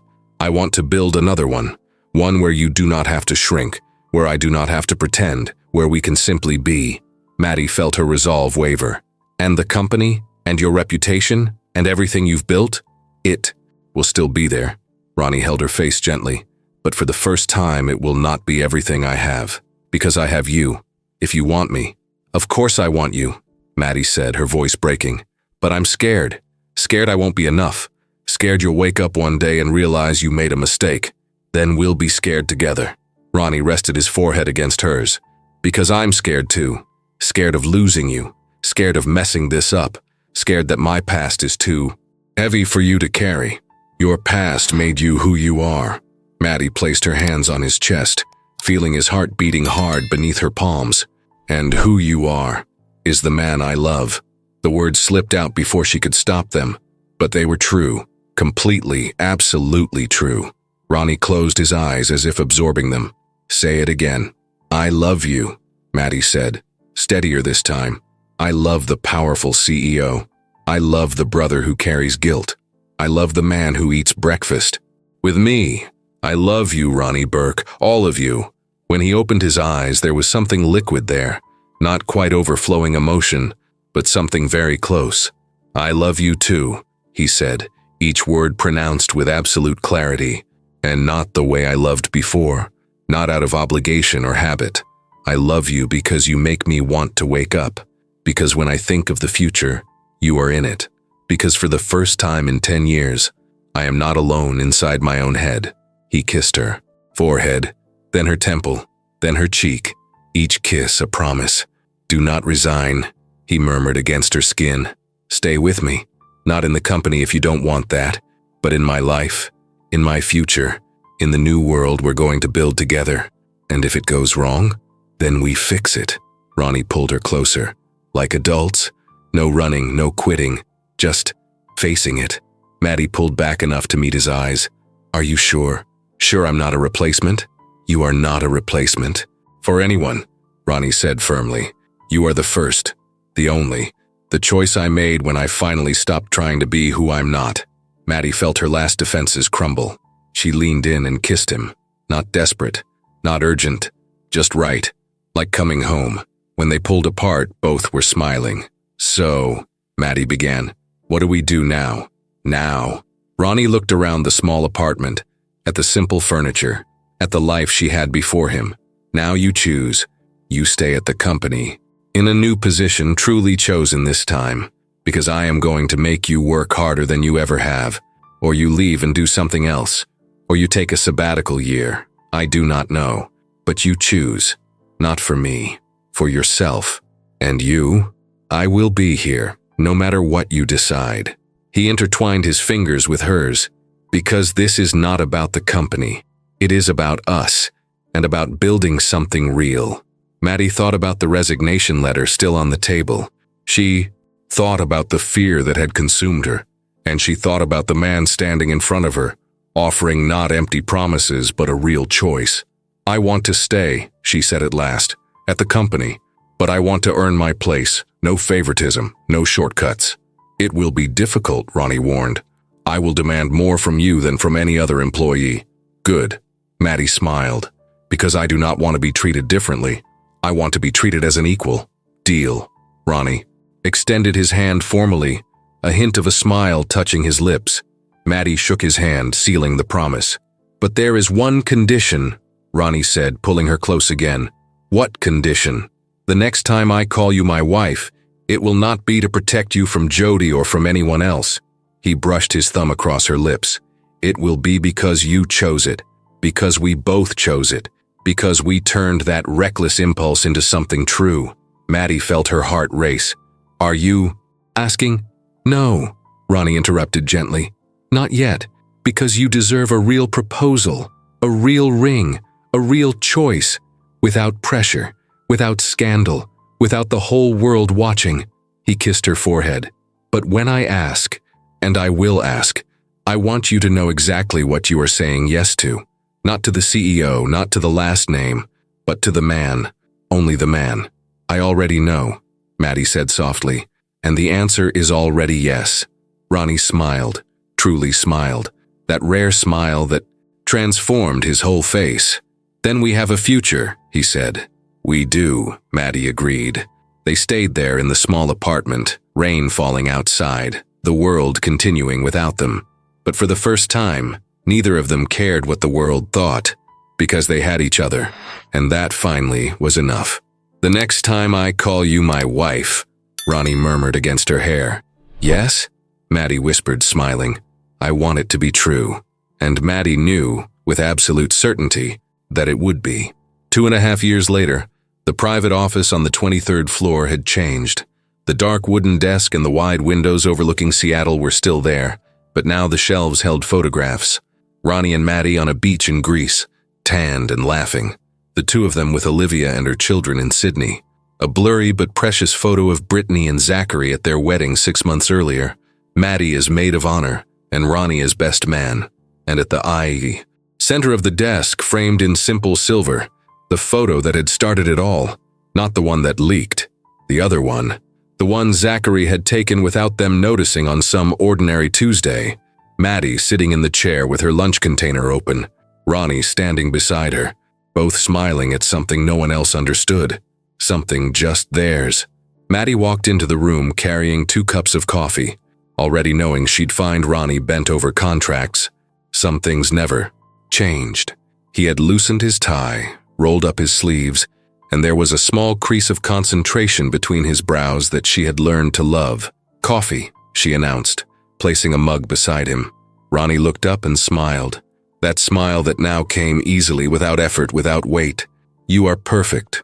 "I am practical," Maddie corrected, sitting on the edge of the desk. "And I know you forget to eat when you're focused. That is why I married you." Maddie glanced at the white gold band on his finger, matching her own. A small, quiet ceremony, only family and close friends. On the Burke family property, beneath cherry trees in bloom, Olivia crying with joy, Ronnie's father smiling sincerely for the first time in years. No press, no scandal, just love. "I thought you married me for my spreadsheet talent," Maddie teased. Ronnie pulled her onto his lap and she went willingly, settling against his chest as if she had been made to fit there. "Your spreadsheet talent is impressive," he admitted, kissing her neck. "But I married you because you still eat cold chicken sometimes and act like it's a feast." Maddie laughed, remembering. She was now the director of audit, a position she had earned with sweat and sleepless nights. Ronnie had not lied when he said he would demand more from her. It had been the hardest year of her career, and the most rewarding, because when she finally earned the promotion, everyone knew it had been by merit.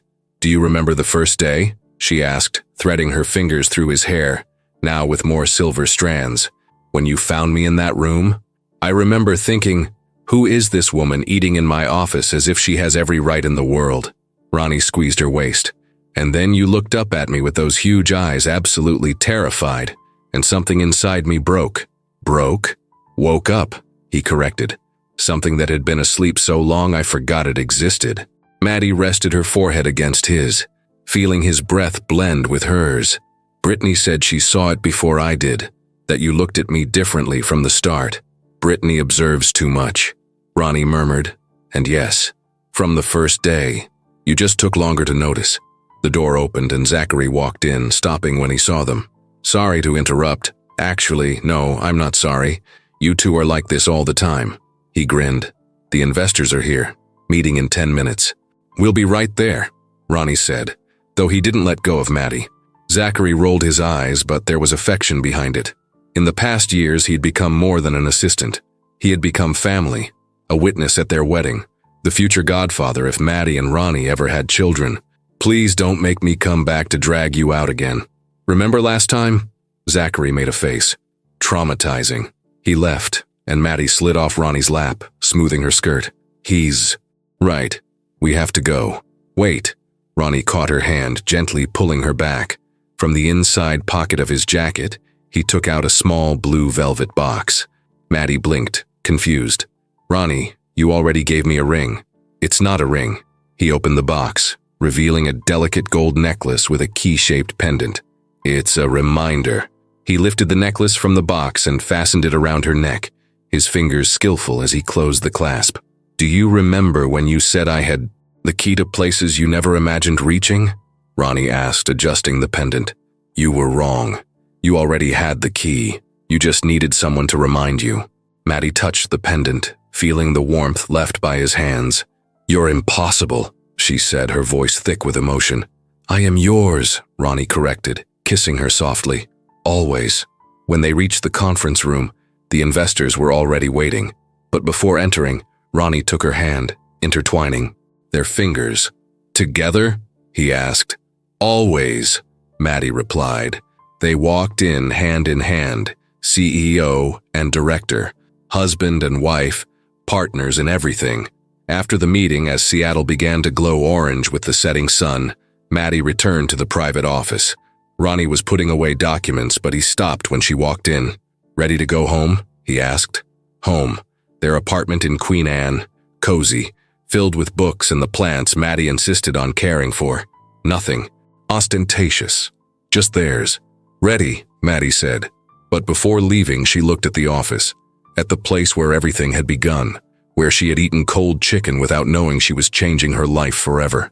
Ronnie followed her gaze and understood. "You know what I think every time I walk in here?" he asked, wrapping his arms around her from behind. "What?" "That I got lucky." Ronnie kissed the top of her head. "Lucky that you were hungry that day. Lucky that you chose that room. Lucky that when I caught you, you didn't run. You just stayed." Maddie turned in his arms. "Do you really think it was luck?" "No," Ronnie admitted, his eyes locking with hers. "I think it was destiny. I think you were meant to walk into my life and turn everything upside down. And I was meant to finally stop running from what truly matters." "And what matters?" Maddie asked, already knowing the answer. "This," Ronnie said, cupping her face. "You, us, this life we built, where we do not have to pretend, where I can just be Ronnie, and you can just be Maddie, and that is more than enough." Maddie kissed him, long, deep, filled with the promise of all the tomorrows still waiting for them. When they pulled apart, Ronnie kept her held securely in his arms. "You know what I realized?" he said. "Tell me." "I spent 35 years being the second son, 10 years being my brother's replacement, and I thought that was all I would ever be." Ronnie touched the pendant at her neck. "But with you, I am first. First to love for real, first to build something that is mine, first to choose happiness over duty. You were always first," Maddie said firmly. "You just needed to see it." They walked out of Burke Corp hand in hand, leaving behind the empty hallways and dimming lights. Outside, Seattle waited for them. A fine drizzle began to fall, typical of the city, but neither of them cared. In the car, as the driver pulled away, Maddie rested, her head on Ronnie's shoulder. "Any regrets?" she asked softly. "Calling you my wife that day?" Ronnie intertwined their fingers. "Not for a single second. It was the most impulsive, most illogical, most completely insane thing I have ever done." He kissed her hand. "And it was the best decision of my life." Maddie smiled, closing her eyes. "I love you. I love you more," Ronnie replied. And as Seattle passed by outside the windows, rain falling gently, the city lights flickering. Like stars, two hearts that had found each other by chance kept beating in sync. No longer CEO and employee, no longer a facade or protection, just Ronnie and Maddie, husband and wife, partners, lovers, best friends, and forever choosing one another. Every day, in every decision, in every breath, because sometimes the best stories begin with cold chicken in the wrong room and end with true love built on the right choices. If this story touched you, don't forget to leave a like and subscribe to the channel for more intense, emotional, unforgettable romances. Tell us in the comments which moment between Ronnie and Maddie gripped you the most. Your participation helps the channel grow. Hype this video and share it, so more people can experience this journey with us.